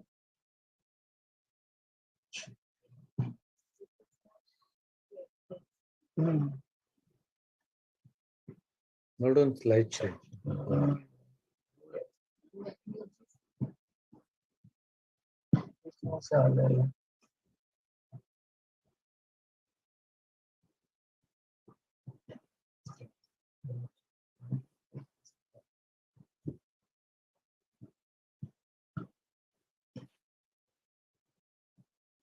इसमें ये क्यों नहीं आता लेकिन?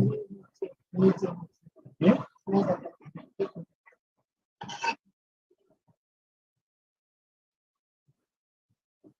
What is the issue that you're facing now? I think madam is helping Chital. Let us say. Yes, yes, yes. So can you see it now? No, sir. No, no. No, I Sir, have not shared only. Yeah, yeah.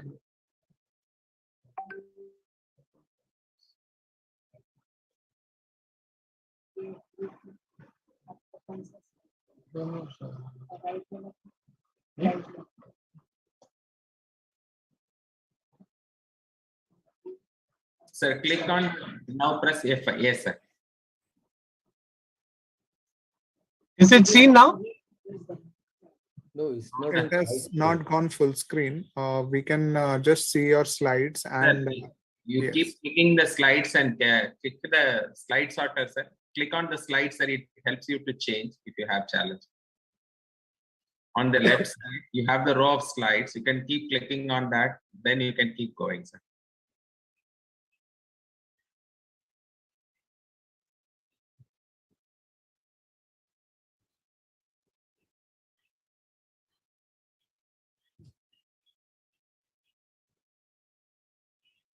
Perfect, sir. yes, it's full screen now. Yes. Is the slide moving now? Perfect, sir. Okay. So how will you go about, Dr. Rajesh? This patient has come to you after 7 days with bile in the drain. Yeah, importantly, I noticed that you mentioned that the patient had tachycardia. Yes. And there was some bile in the drain. And in such a situation, I would expect that perhaps the bile is also getting collected inside the abdomen and probably getting infected because she has some kind of tachycardia that has been noticed. Having said that, the preliminary investigation would obviously be a sonography and an LFT to tell us what's happening. And based on those findings, we'll move further. So, as you rightly said, Rajesh, that you would think in terms of some collection inside because the patient has got tachycardia. But prior to that, one would also like to review the reports. Yes. What was the preoperative USG and see whether there was any other abnormality, and also look for the operative notes, and if possible, contact the operating surgeon and find out whether it was a difficult cholecystectomy, what was the sequence of events, and did he anticipate this? Okay, and these are the basic investigations which were done prior to on presentation, and as you see, the WBC is quite raised. Otherwise, the rest of the things is normal. So once the patient is stabilized, you would like to rule out collection by doing either USG or CECT scan, as Rajesh rightly said. And in this patient, it revealed that there was multiloculated, multiseptated collection seen within the peritoneal cavity, largest in the lesser sac, measuring around 190 cc with extensive internal septations. So what would you do now, Dr. Achal? Yeah, sir, in this condition, you have to drain the collection. You got two options. Either you can do it laparoscopically if the patient is stable, you got a good team of anesthetists and post-op care, or you can do an open drainage. Just do laparoscopy, do a thorough lavage, put wide bore drains and come out. So absolutely. So this patient, we subjected him to CECT scan, and we found that there was this collection. So now if the collection is localized collection and if there is no drain, you could put an image guided insertion of drain. And if there is drain in place, you ensure that it is adequately draining.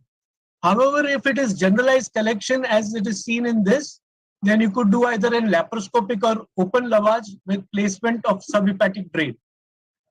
So this patient underwent a laparoscopic lavage, and as you see here, we could also see clips and the cut end of the common bile duct. So we put in a large bore drain, and post-operatively the patient settled in next 72 hours. Now my next question to Dr. Zamir is, when would you like to do a definitive repair? Dr. Zamir? I'm here, yes, sir. I'm just unmuted. Yeah. And here we are having a position where we have a biliary cripple. This biliary cripple needs to be stabilized. I would like to make sure that general condition improves. Her hemoglobin, as you showed, was only 7.9. Then we will improve it. And once the general condition improves, then I will plan a delayed repair and wait for it to go. And as would Rajesh would agree with me, we'd go in for a hepaticojejunostomy. So how long would you want to wait? The patient stabilizes in, say, 14 days time. In next 2 weeks. Next 2 weeks, we'll go ahead, sir. We'll not keep there for a prolonged time. Dr. Achal, what is your view? We have to wait for at least 6 weeks before you can do a good hepaticojejunostomy, because studies have shown that hepaticojejunostomy, if done early or after 6 weeks, has got a good almost 90% patency rate. But if you do a hepaticojejunostomy before 6 weeks, maybe second or third week, there is a high risk of stricture later on.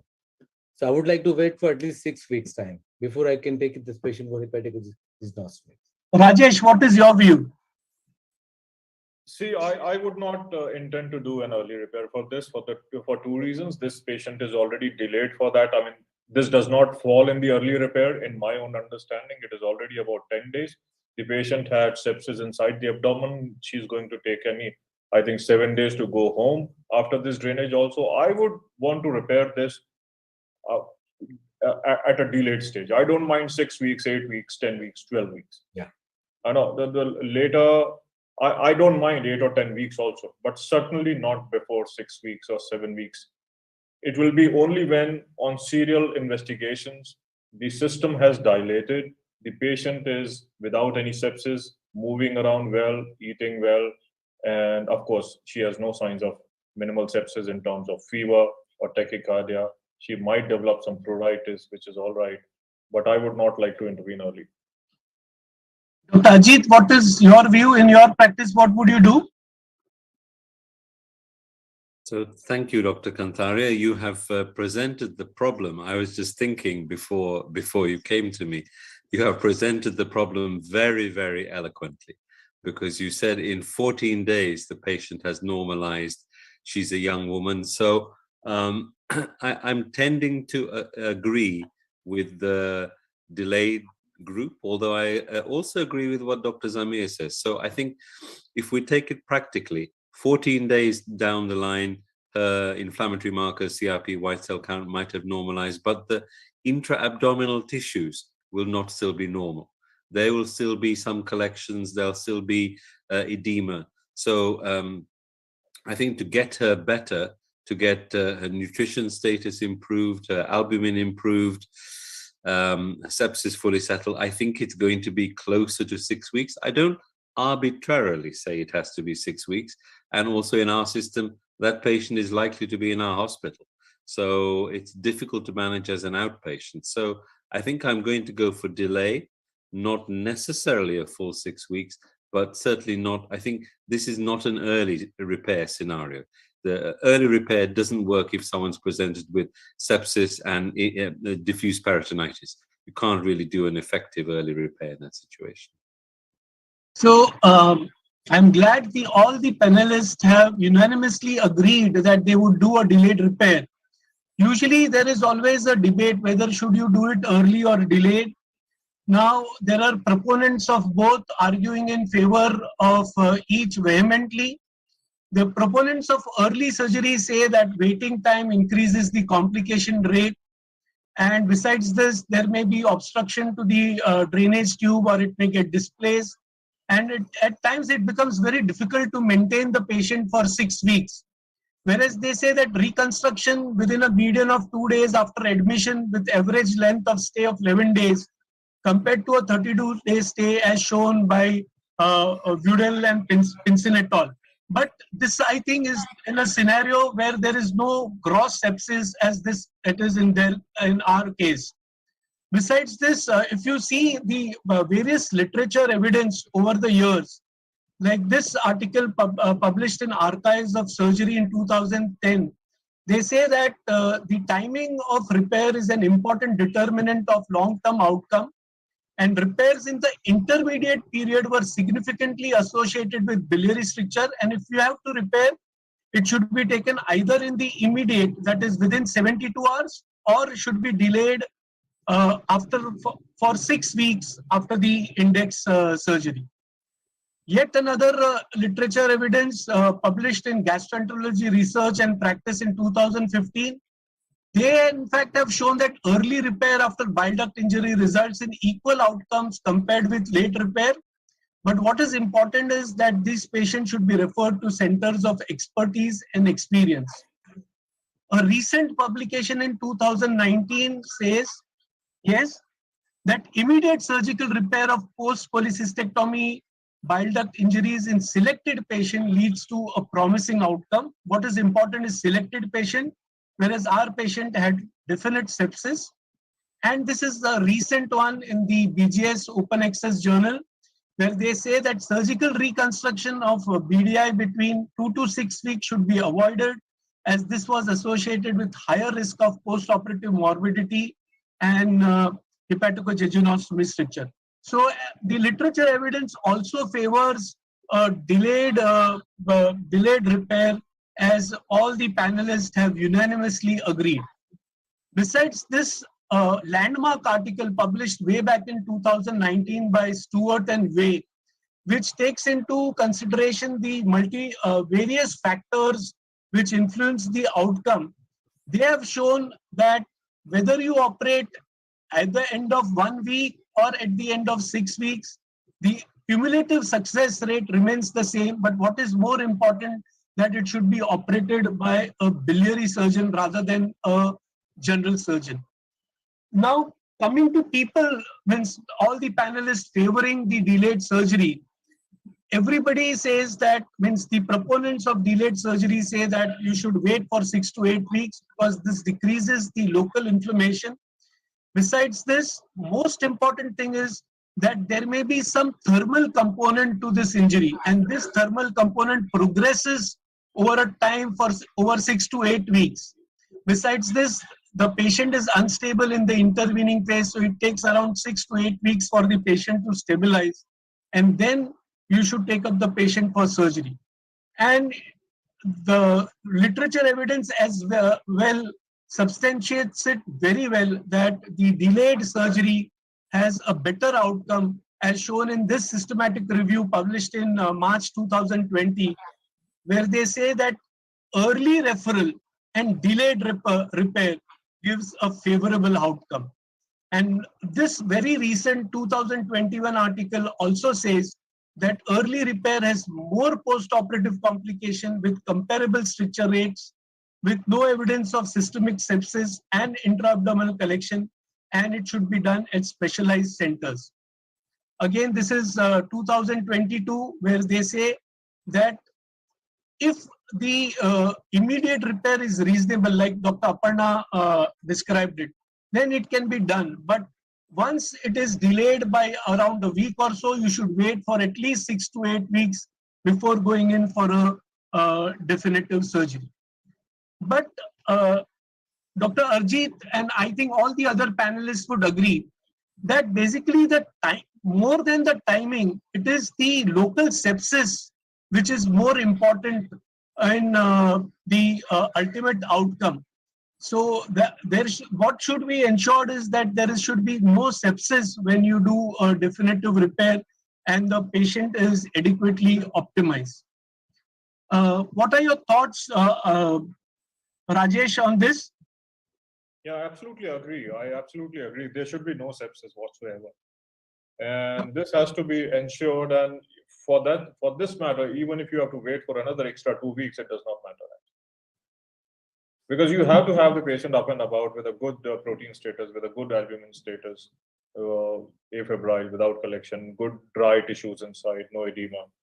You need that for a good repair. Dr. Achal? Yeah, I also agree with whatever has been said here, because the sepsis is absolutely contraindicated in a hepatic dysnosmia.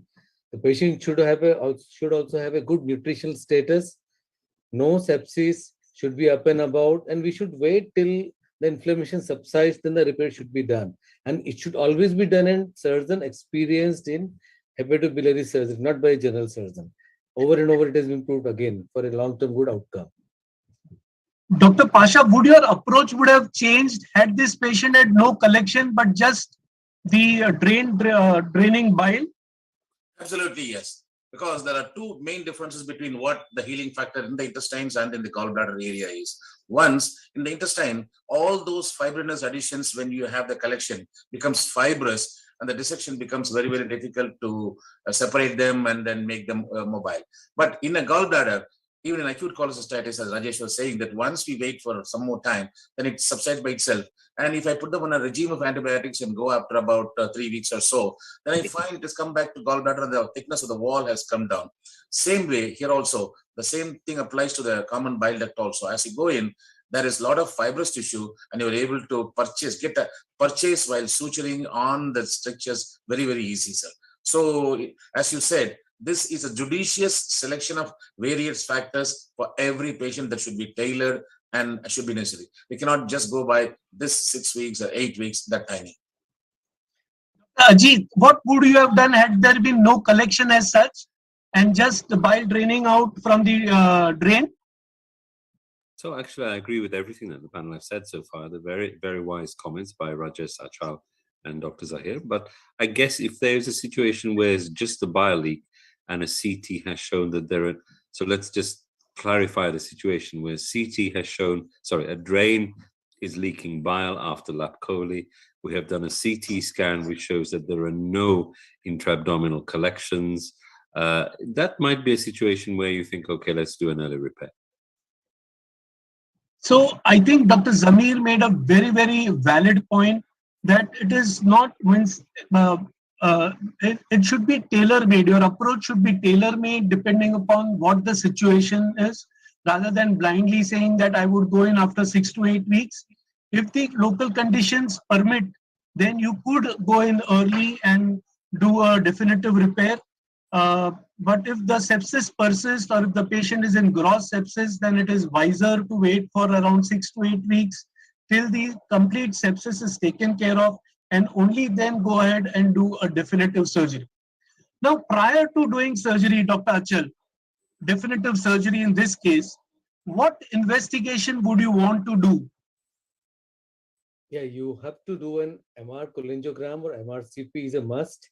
You have to do a CT scan apart from laboratory test. And you can, if ERCP is debatable actually, because ERCP will only show you the distal bile duct, not the proximal structure. For that, you can do a PTC if feasible. But I think MRCP has replaced almost all the investigation. A good MR calangiogram will delineate the anatomy, will tell you the position of the leak, and will tell you what is the further planning for this, apart from CT scan. Dr. Zamir, would you like to do a tubogram? Some people like to do a tubogram. They inject a dye through the tube and see. I have never done that, sir, and I'm not able to comment on that. Maybe people in an institution like Rajesh and Achal may be able to throw more light. Rajesh? And Rajesh, what you do in UK, I have never done that, yes. So in selected cases, we have done a tubogram and it helps a lot. But then I think 2 weeks is not the time to do the tubogram. It takes about 4 to 6 weeks or sometimes even 8 weeks for the tract to be mature enough wherein you can generate enough pressure for the dye to go up into the biliary system and generate a very good tubogram. Having said that, the issue is, when you're saying that there's no sepsis, if this patient did not present with sepsis, she would have classified as what we call an external biliary fistula. Now, there are problems with such patients where it is an external biliary fistula and the patient is at 14 days after the cholecystectomy has been done. The drain is draining about 600 ml. We do not actually know what's going on inside. So my first investigation would be an ERCP, at say about 2 weeks, to see whether there has been a complete cutoff or is the bile duct there in continuity, because there is a possibility. Of course, 600 might appear a little larger volume, but there is a possibility that this is a leak from an isolated duct of the right hepatic duct and the CBD is in continuity. So the management would change. We are not sure of actually what has happened in this patient, and I would like to thoroughly investigate this patient. Tubogram may not come into the picture unless I'm sure that this is actually the end of bile duct which is leaking into the fistula as such. And having said that, I would not operate upon this patient at 2 weeks of time. So, Dr. Rajesh, you would first want to do an ERCP or you would first do an MRI with MRCP? No, I would want to do an ERCP first, because MRCP I would like to do when I am trying to understand the characteristics of the stricture, which would be just before the repair. MRCP may not help because many a times, even if you have within the vicinity about 5-6 ml of collection, there are false positive or false negative issues. Isolated ducts, which may not actually show up sometimes. You will not know where the bile is coming from. And therefore you need an ERCP before you go on to maybe do an MRCP also to try and corroborate the findings of the ERCP and the MRCP to finally derive a conclusion. But your sequencing would be ERCP first followed by MRCP, right? Yes. That's what you said. Dr. Ajit, do you agree with Rajesh or you have other view? No, actually, I agree 100%. I think that was a very logical sequence of tests. I think as a general view, when I was a new consultant, I used to follow the sort of literature, where people say you must wait 6 weeks or you must do a tubogram. And I think as one builds up one's own experience, then you realize, okay, so this patient has presented with a bile leak. As Rajesh said, we don't know whether it is a complete transection or not. So I think an ERCP is a very useful first test. It also has the option for treatment as well. So if the ERCP shows a complete clip occlusion, then you need to know what the proximal biliary tree is like. And there, MRCP or PTC is very useful. So if there's dilatation, I would get a PTC.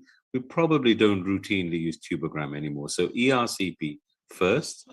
If that shows a complete transection, then we need to image the proximal biliary tree either by MRCP or probably MRCP and PTC. And the one other thing is we do need a CT with an arterial phase contrast to be sure that the right hepatic artery is intact. Absolutely.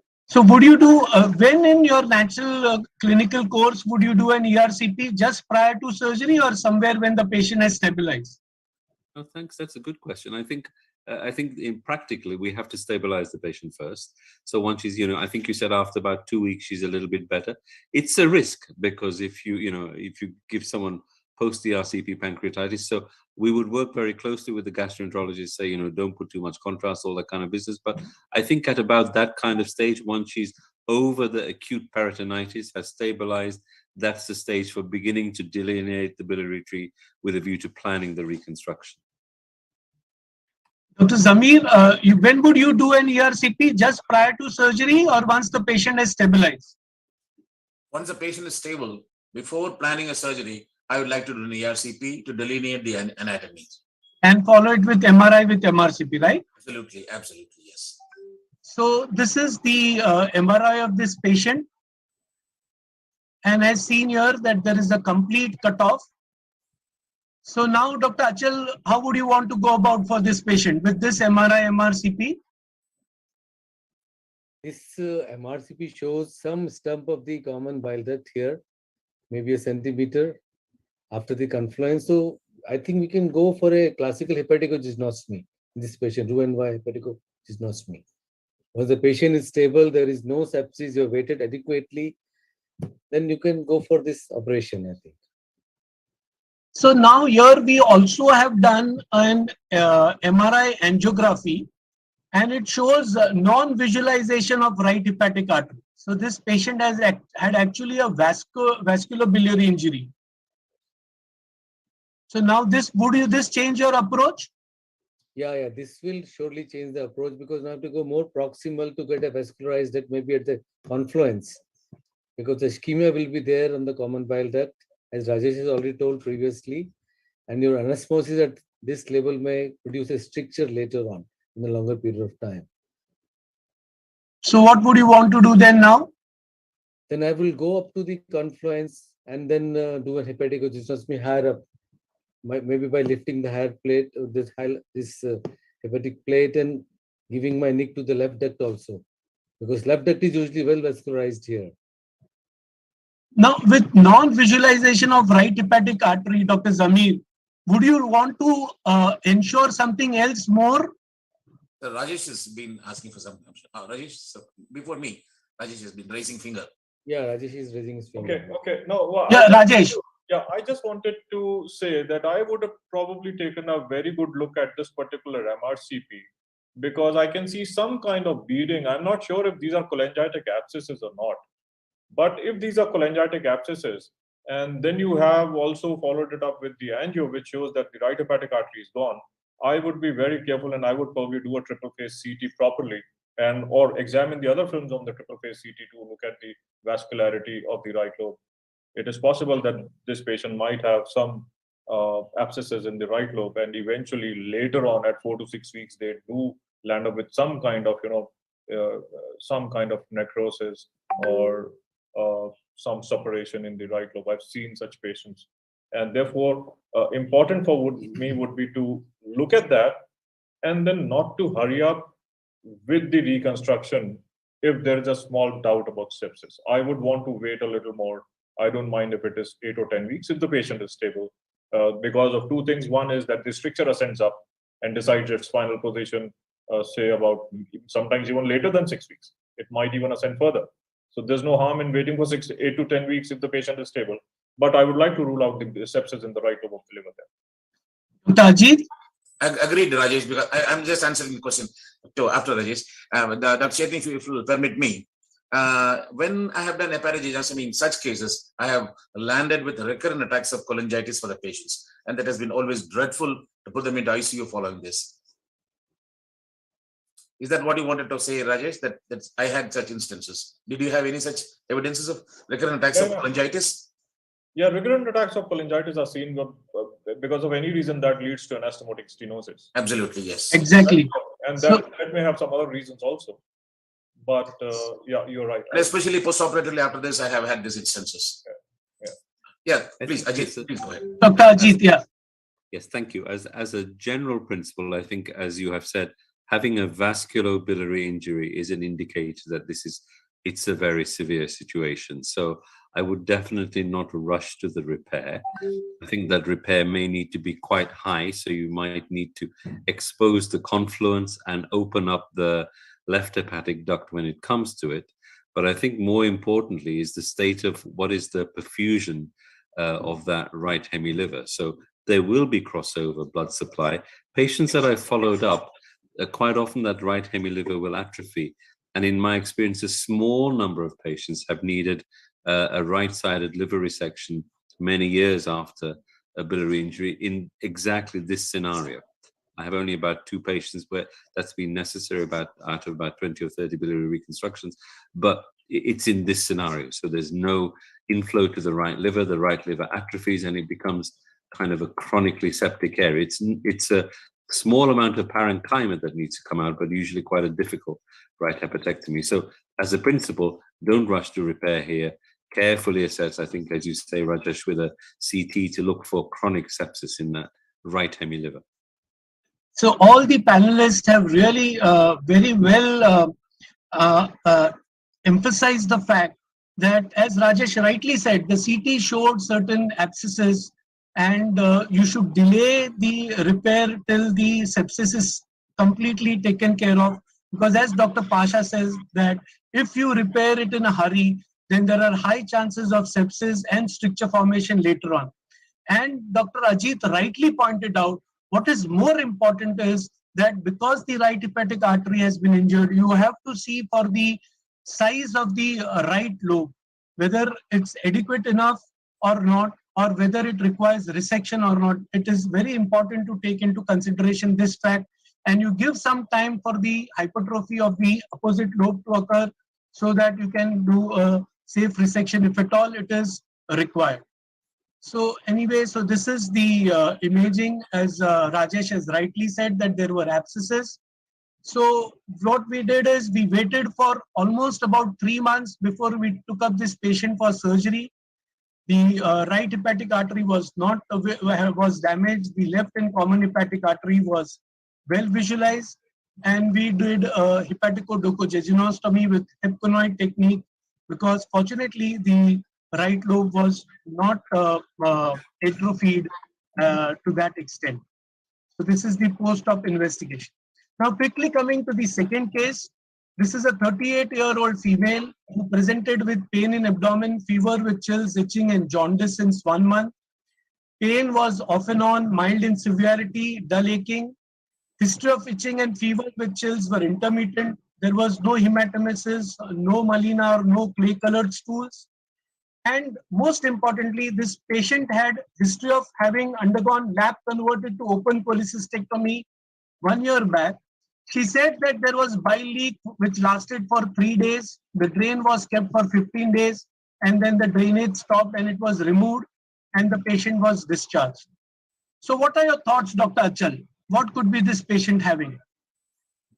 Yeah, as the history in the examination shows, this patient had a lap converted to open cholecystectomy, followed by a bile drainage for up to 15 days. There has to be a biliary injury. It may be a partial injury, or it may also be a ischemic injury, which later on convert into a biliary stricture and obstructive jaundice. The picture is classically of obstructive jaundice, probably because of bile duct stricture. So these are the investigations preoperative on presentation. Yeah, the alkaline phosphatase is raised. It shows a biliary obstruction. Bilirubin also is mildly raised, and the counts are high, so that shows cholangitis. And other investigations are okay. So what you would want to do next, Dr. Achal? You have to do an ultrasound first initially, which will show you IHBDs and maybe some collection of fluid is there, followed by an MRCP. MRCP is very important here. MRI with cholangiography will show you all the history, what is there in the bile ducts. As you can see here, the IHBDs are seen here. And I don't know, the bile duct, yeah. You can see what you see here is the dilated bile duct with some dye in the partial dilatation of one. Couple of segments are not dilated, no? Just yeah. Left system seems to be blocked and some part of the right. So, well, the MRI with MRCP showed multiple CBD and left hepatic duct calculi with enhancing wall of CBD suggestive of cholangitis with CBD showing narrowing. Now, what next? Dr. Zamir, how would you take up this, go forward with this patient? I would either benign biliary stricture, Bismuth type 3, worked up for surgery, coagulation profile normal, itching. And with this, I would make plan for a ERCP. And now my team also has a spyglass, so we can go in, find what it is, and remove all the strictures, the stones from the common hepatic duct. We can go ahead and also dilate the stricture and keep a stent. Or like a real laparoscopic surgeon, adventurously, I can also go in and work up this case. Would you want to do, what is your aim of doing ERCP? You want to treat this patient endoscopically, is it? Because now we have a spyglass, a mother baby, we can go in and also go into the CBD and see what has happened. So just to push in the dye and see also what can be done. Rajesh, would you agree to this, or you would want to approach it differently? No, I would want to approach it differently, and I have a very strong suspicion that this patient has developed what we call an internal fistulization. So it is very commonly seen but underreported in the literature. These patients have a bile duct injury or a partial stricture, and they have these recurrent attacks of cholangitis. The bilirubin is typically just in the range of 2 or 3. They have waxing and waning symptoms. You will find a partial but not a very massive dilatation of the biliary tree. I don't think ERCP is going to help because it will be closed from below. We won't get an access to go into the upper dilated biliary system. We do not know what happened during the operation, but she certainly had some bile leak for 2 weeks and later on which strictured. So I would want to go ahead with hepaticojejunostomy, but I will have a very strong suspicion towards an internal fistulization, which will be most commonly with the duodenum. It is just a microscopic or a less than millimeter kind of a track. And important is that you close that duodenal opening, which you will find. And apart from that, you do a hepaticojejunostomy. If you're good at doing laparoscopically, well, you may try, but I do not try doing hepaticojejunostomies laparoscopically. Dr. Ajit? Thank you. So I was just thinking, I have a patient with this exact same problem. So it shows to me that humans have the same problem wherever we are. And when this case came to the MDT, and I'm sure you don't have this in India, we had what we would politely call a big fight. That the ERCP people were saying, let's do an ERCP, put a spyglass, clear the duct from below. And I said, I don't think you will get access. I think there'll be multiple strictures. You'll put contrast into a dilated septic system and you'll make the patient ill. There was a advocate for interventional radiology.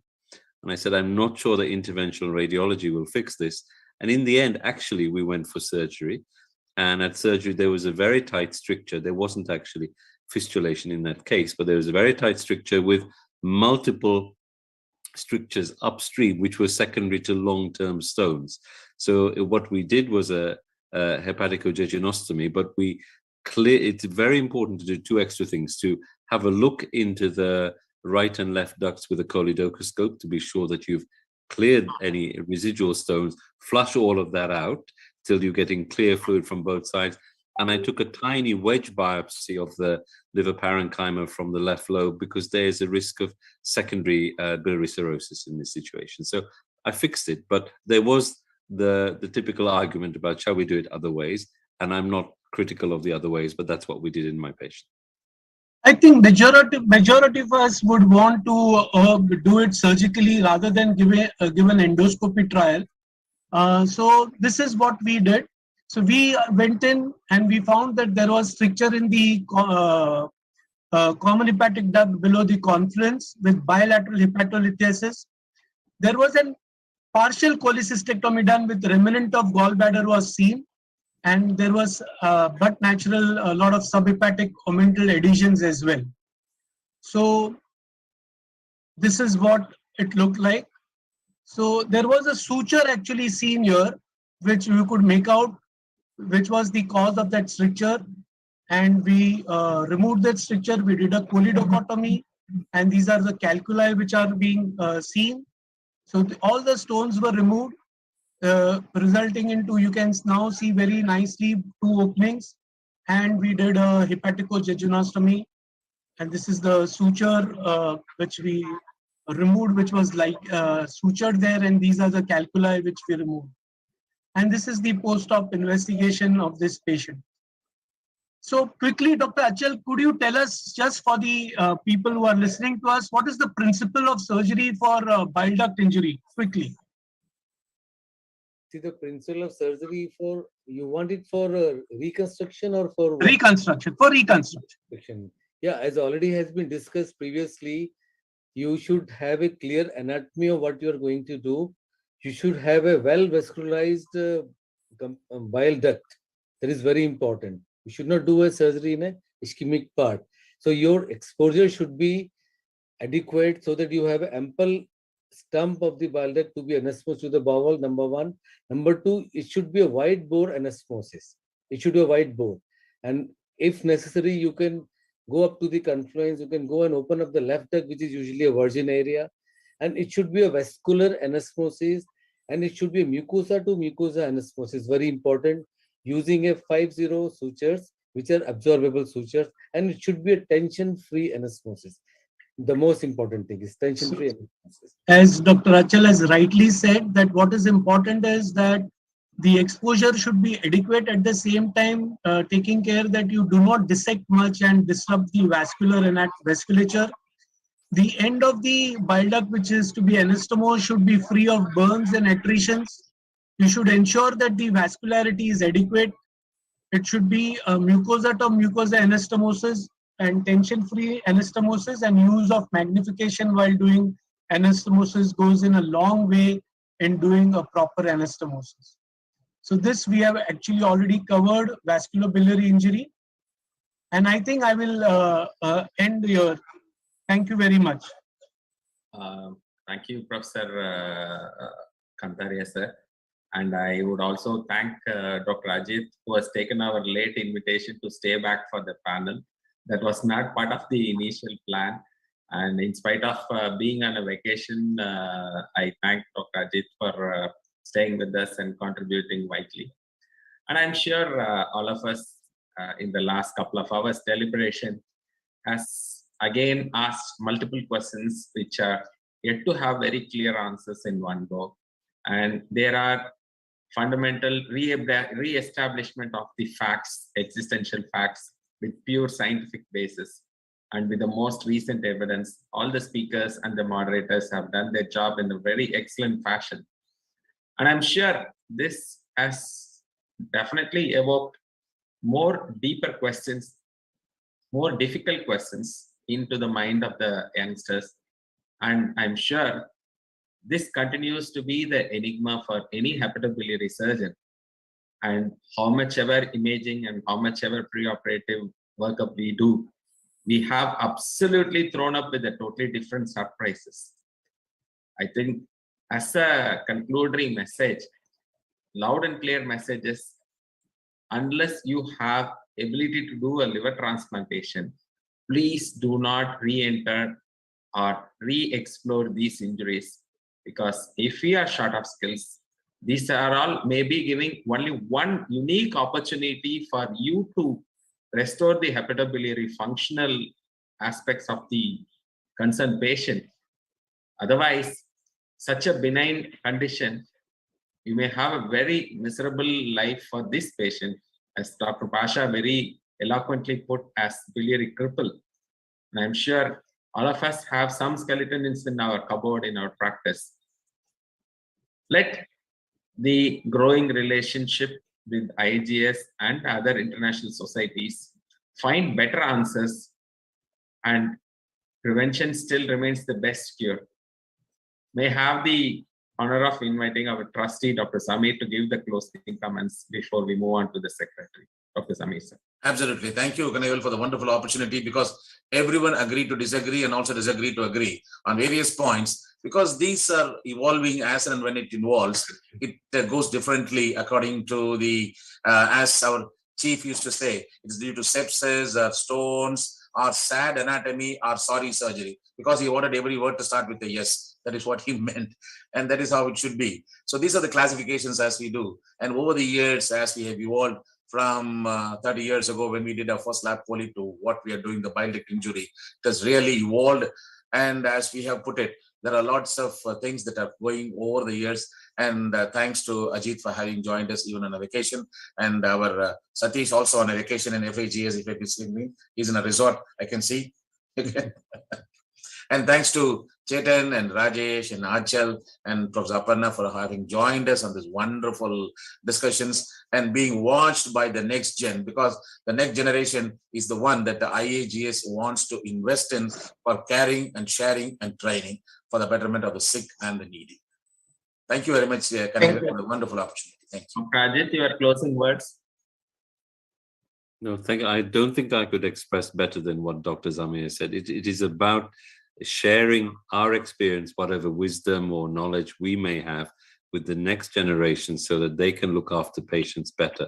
I think one of the things that I tell my trainees is that this is not a situation for ego, that you have to think about the patient. And, if you feel, there's a problem here, please just be a little bit humble and ask somebody else who has the experience to help. That's the message. Thank you very much, sir. Now, can I have the honor of sharing? One moment. IAGS takes privilege in one second.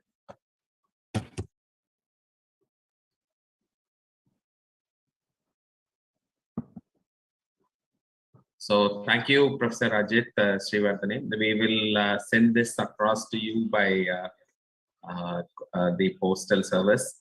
And we, on behalf of the President, Secretary, and myself, the convener, we press our certificate of appreciation to your efforts taken for this sharing of your wisdom. Madam Aparna, thank you for sharing the important case capsule on table biliary injuries. Professor Chetan Kantaria, sir, you have made huge problems appear ABC, and then thank you for making it a lively experience and bringing in more unanswered questions which have not recently been asked on the management of delayed presentation. I thank the eminent panelists, our trustee and our advisors, Dr. Samir Pasha, Dr. Achal Gupta, Dr. Rajesh, for sharing this evening with us, sharing high-end knowledge transfer. And may I now the honor of inviting our National Secretary, Dr. Satish Mida, to give the vote of thanks and call the session to the close. Over to you, Dr. Mida. Thank you very much. We had a very lively discussion on very important topic. We know that cholecystectomy is one of the commonest surgery being performed throughout the world, and safe cholecystectomy is the need of hour, and we should try to develop zero tolerance for CBD injury. Though this is a theoretical wish, but at the same time, even if the injury has occurred, our aim should be that the patient should not become a biliary cripple and should get the proper management and the proper centers under proper hands. So I think this has been a wonderful session. And first of all, I would like to thank Dr. Ajit Srivardhane, who has been traveling to New York to attend the conference. Though he wanted to stay for just 30 to 40 minutes after his talk, but he continued as a panel and shared his knowledge with us. Thank you very much, and hope our association will grow in years to come. I also thank Dr. Zamir Pasha, our trustee advisor, and he is the chief of Safe Cholecystectomy Group, which we have constituted for past few years. I thank Dr. Rajesh Poswani, our expert panelist, and Dr. Achal Gupta, Vice President from Central Zone, and our expert panelist moderators, Dr. Chetan Kantharia and Dr. Aparna Deshpande, for their presentations and putting the things for early as well as late presentations and the proper management of this problem. thanks to our president who was here with us but has left for the banquet now, for his guidance. Thanks to convener Dr. Kanagvel for bringing up this issue.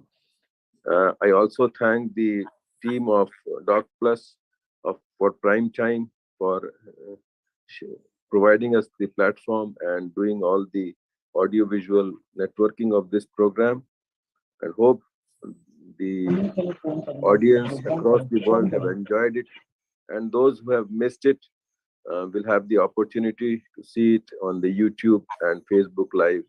Thank you very much. Good night. Have a great Dear friends, Good night, everyone. Take care. Take care. All the very best to you. Good night. Thank you, sir. Thank you. Thank you. Dr. Bye-bye. Ajit, Dr. Yes. Ajit, do you remember we were together in Sri Lanka some few years back? We had come. Yes, yes, I remember. I was thinking, you look a little bit younger. Thank you very much. Okay, bye-bye. Bye-bye. Until next See you. time. Bye-bye. good night, everyone. Jai Hind. Night. Thank you, Kanagvel. Good night, everybody. Good night. Thank you, Doc Plexus team. Thank you, Vida sir. Thank you. Thank you, everyone. Bye, Professor. Bye. Bye. Good night. Bye.